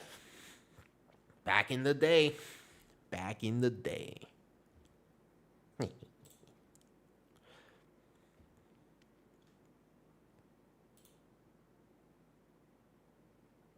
But yeah, I do think that I want to make a video about there are so many reasons for it. I also don't think that spec-specific titles solve the problem, Wiz. I talked about it with Banchers today. Oh, by the way, if you don't know, I did a podcast episode with Banchers earlier today. Very cool. I got to talk to somebody like him. Mythic Plus advice, if you're interested in that. It was a how to improve at Mythic Plus. And about 35 minutes through, for the next, there was about a 20-minute section where, I asked him, if you're socially awkward, what are you supposed to do in life? Which was a funny question, not I phrased wrong. And then 2, probably the most impactful advice that somebody could give to improve at Mythic Plus. Yeah, it was a good podcast episode. And I didn't record it wrong, so it's good. Nice. I have no idea how much I'll be streaming over the next few days. Maybe I'll come out with the tank meta video tonight. Yeah, 6 days into the podcast. I'm sorry. I like the one yesterday. The one yesterday about just what it means to be a casual, I thought was a pretty good conversation, to be honest. But I told myself, shorter streams. I'm going to hold myself to it. Let's go.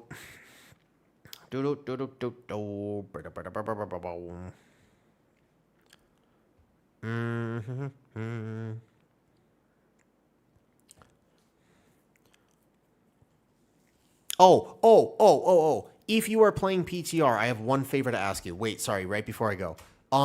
If you're on PTR, if you are playing at all whatsoever, if you care and you remember, take a picture of your overall, any dungeon run that gets completed, like that you time, not that goes terribly. I forgot I was going to pin this today. I forgot. Any dungeon run that you time, take a picture of your overall and send it to me. I have not played enough. I want to start gaining and looking at more logs, just overall straight up nothing, no metrics, no log, just this is the damage. Show me. If you play PTR, just send it to me on Discord, anything. You could post it in the Discord, you could send it to me directly, doesn't matter. I need more information about this PTR cycle. I haven't seen enough. It's only watching streamers, and that is not a good way to do it. I don't like that. It's, in my opinion, just not the right way to examine things. So I need more average, like any key level that you do on PTR, just send me the overall. I was going to pin that today. I know it's all over the place, but I'm trying to keep track so that I can talk more accurately about things. And that's actually kind of tough. What's up, Blizzard913? You know, I have had the matcha version of you from Dairy Queen, and honestly, you are delicious. Absolutely delectable. I know that most people don't like matcha, but if you replace matcha with green tea, it's way easier. It makes more sense. It does. Also, hello. Matcha for 10 years now. I'm trying to get off caffeine. It's going well. It is currently going well, actually. I would say I'm doing well, actually. I'm doing good.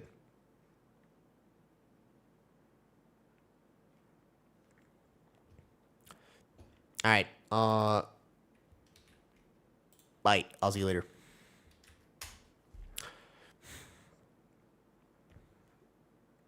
Yeah, actually, Windwalker, it's true. I see that a lot too. It's tough to get an accurate representation. All right, maybe spicy video about tanks tonight. I'll see if I can have time to just do it. Man, I should be better at clipping things directly from stream. That would save me so much time. But nope, I will go. I wish I could have actually just. You know what? Let's talk tomorrow. Bye.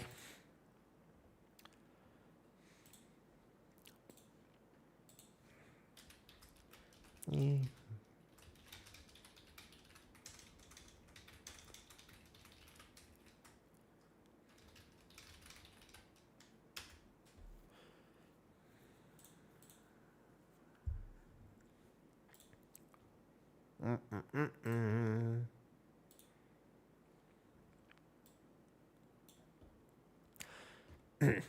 Sorry for the no audio on the React videos on YouTube. I can't put them through. But thanks for hanging out. Okay, bye guys.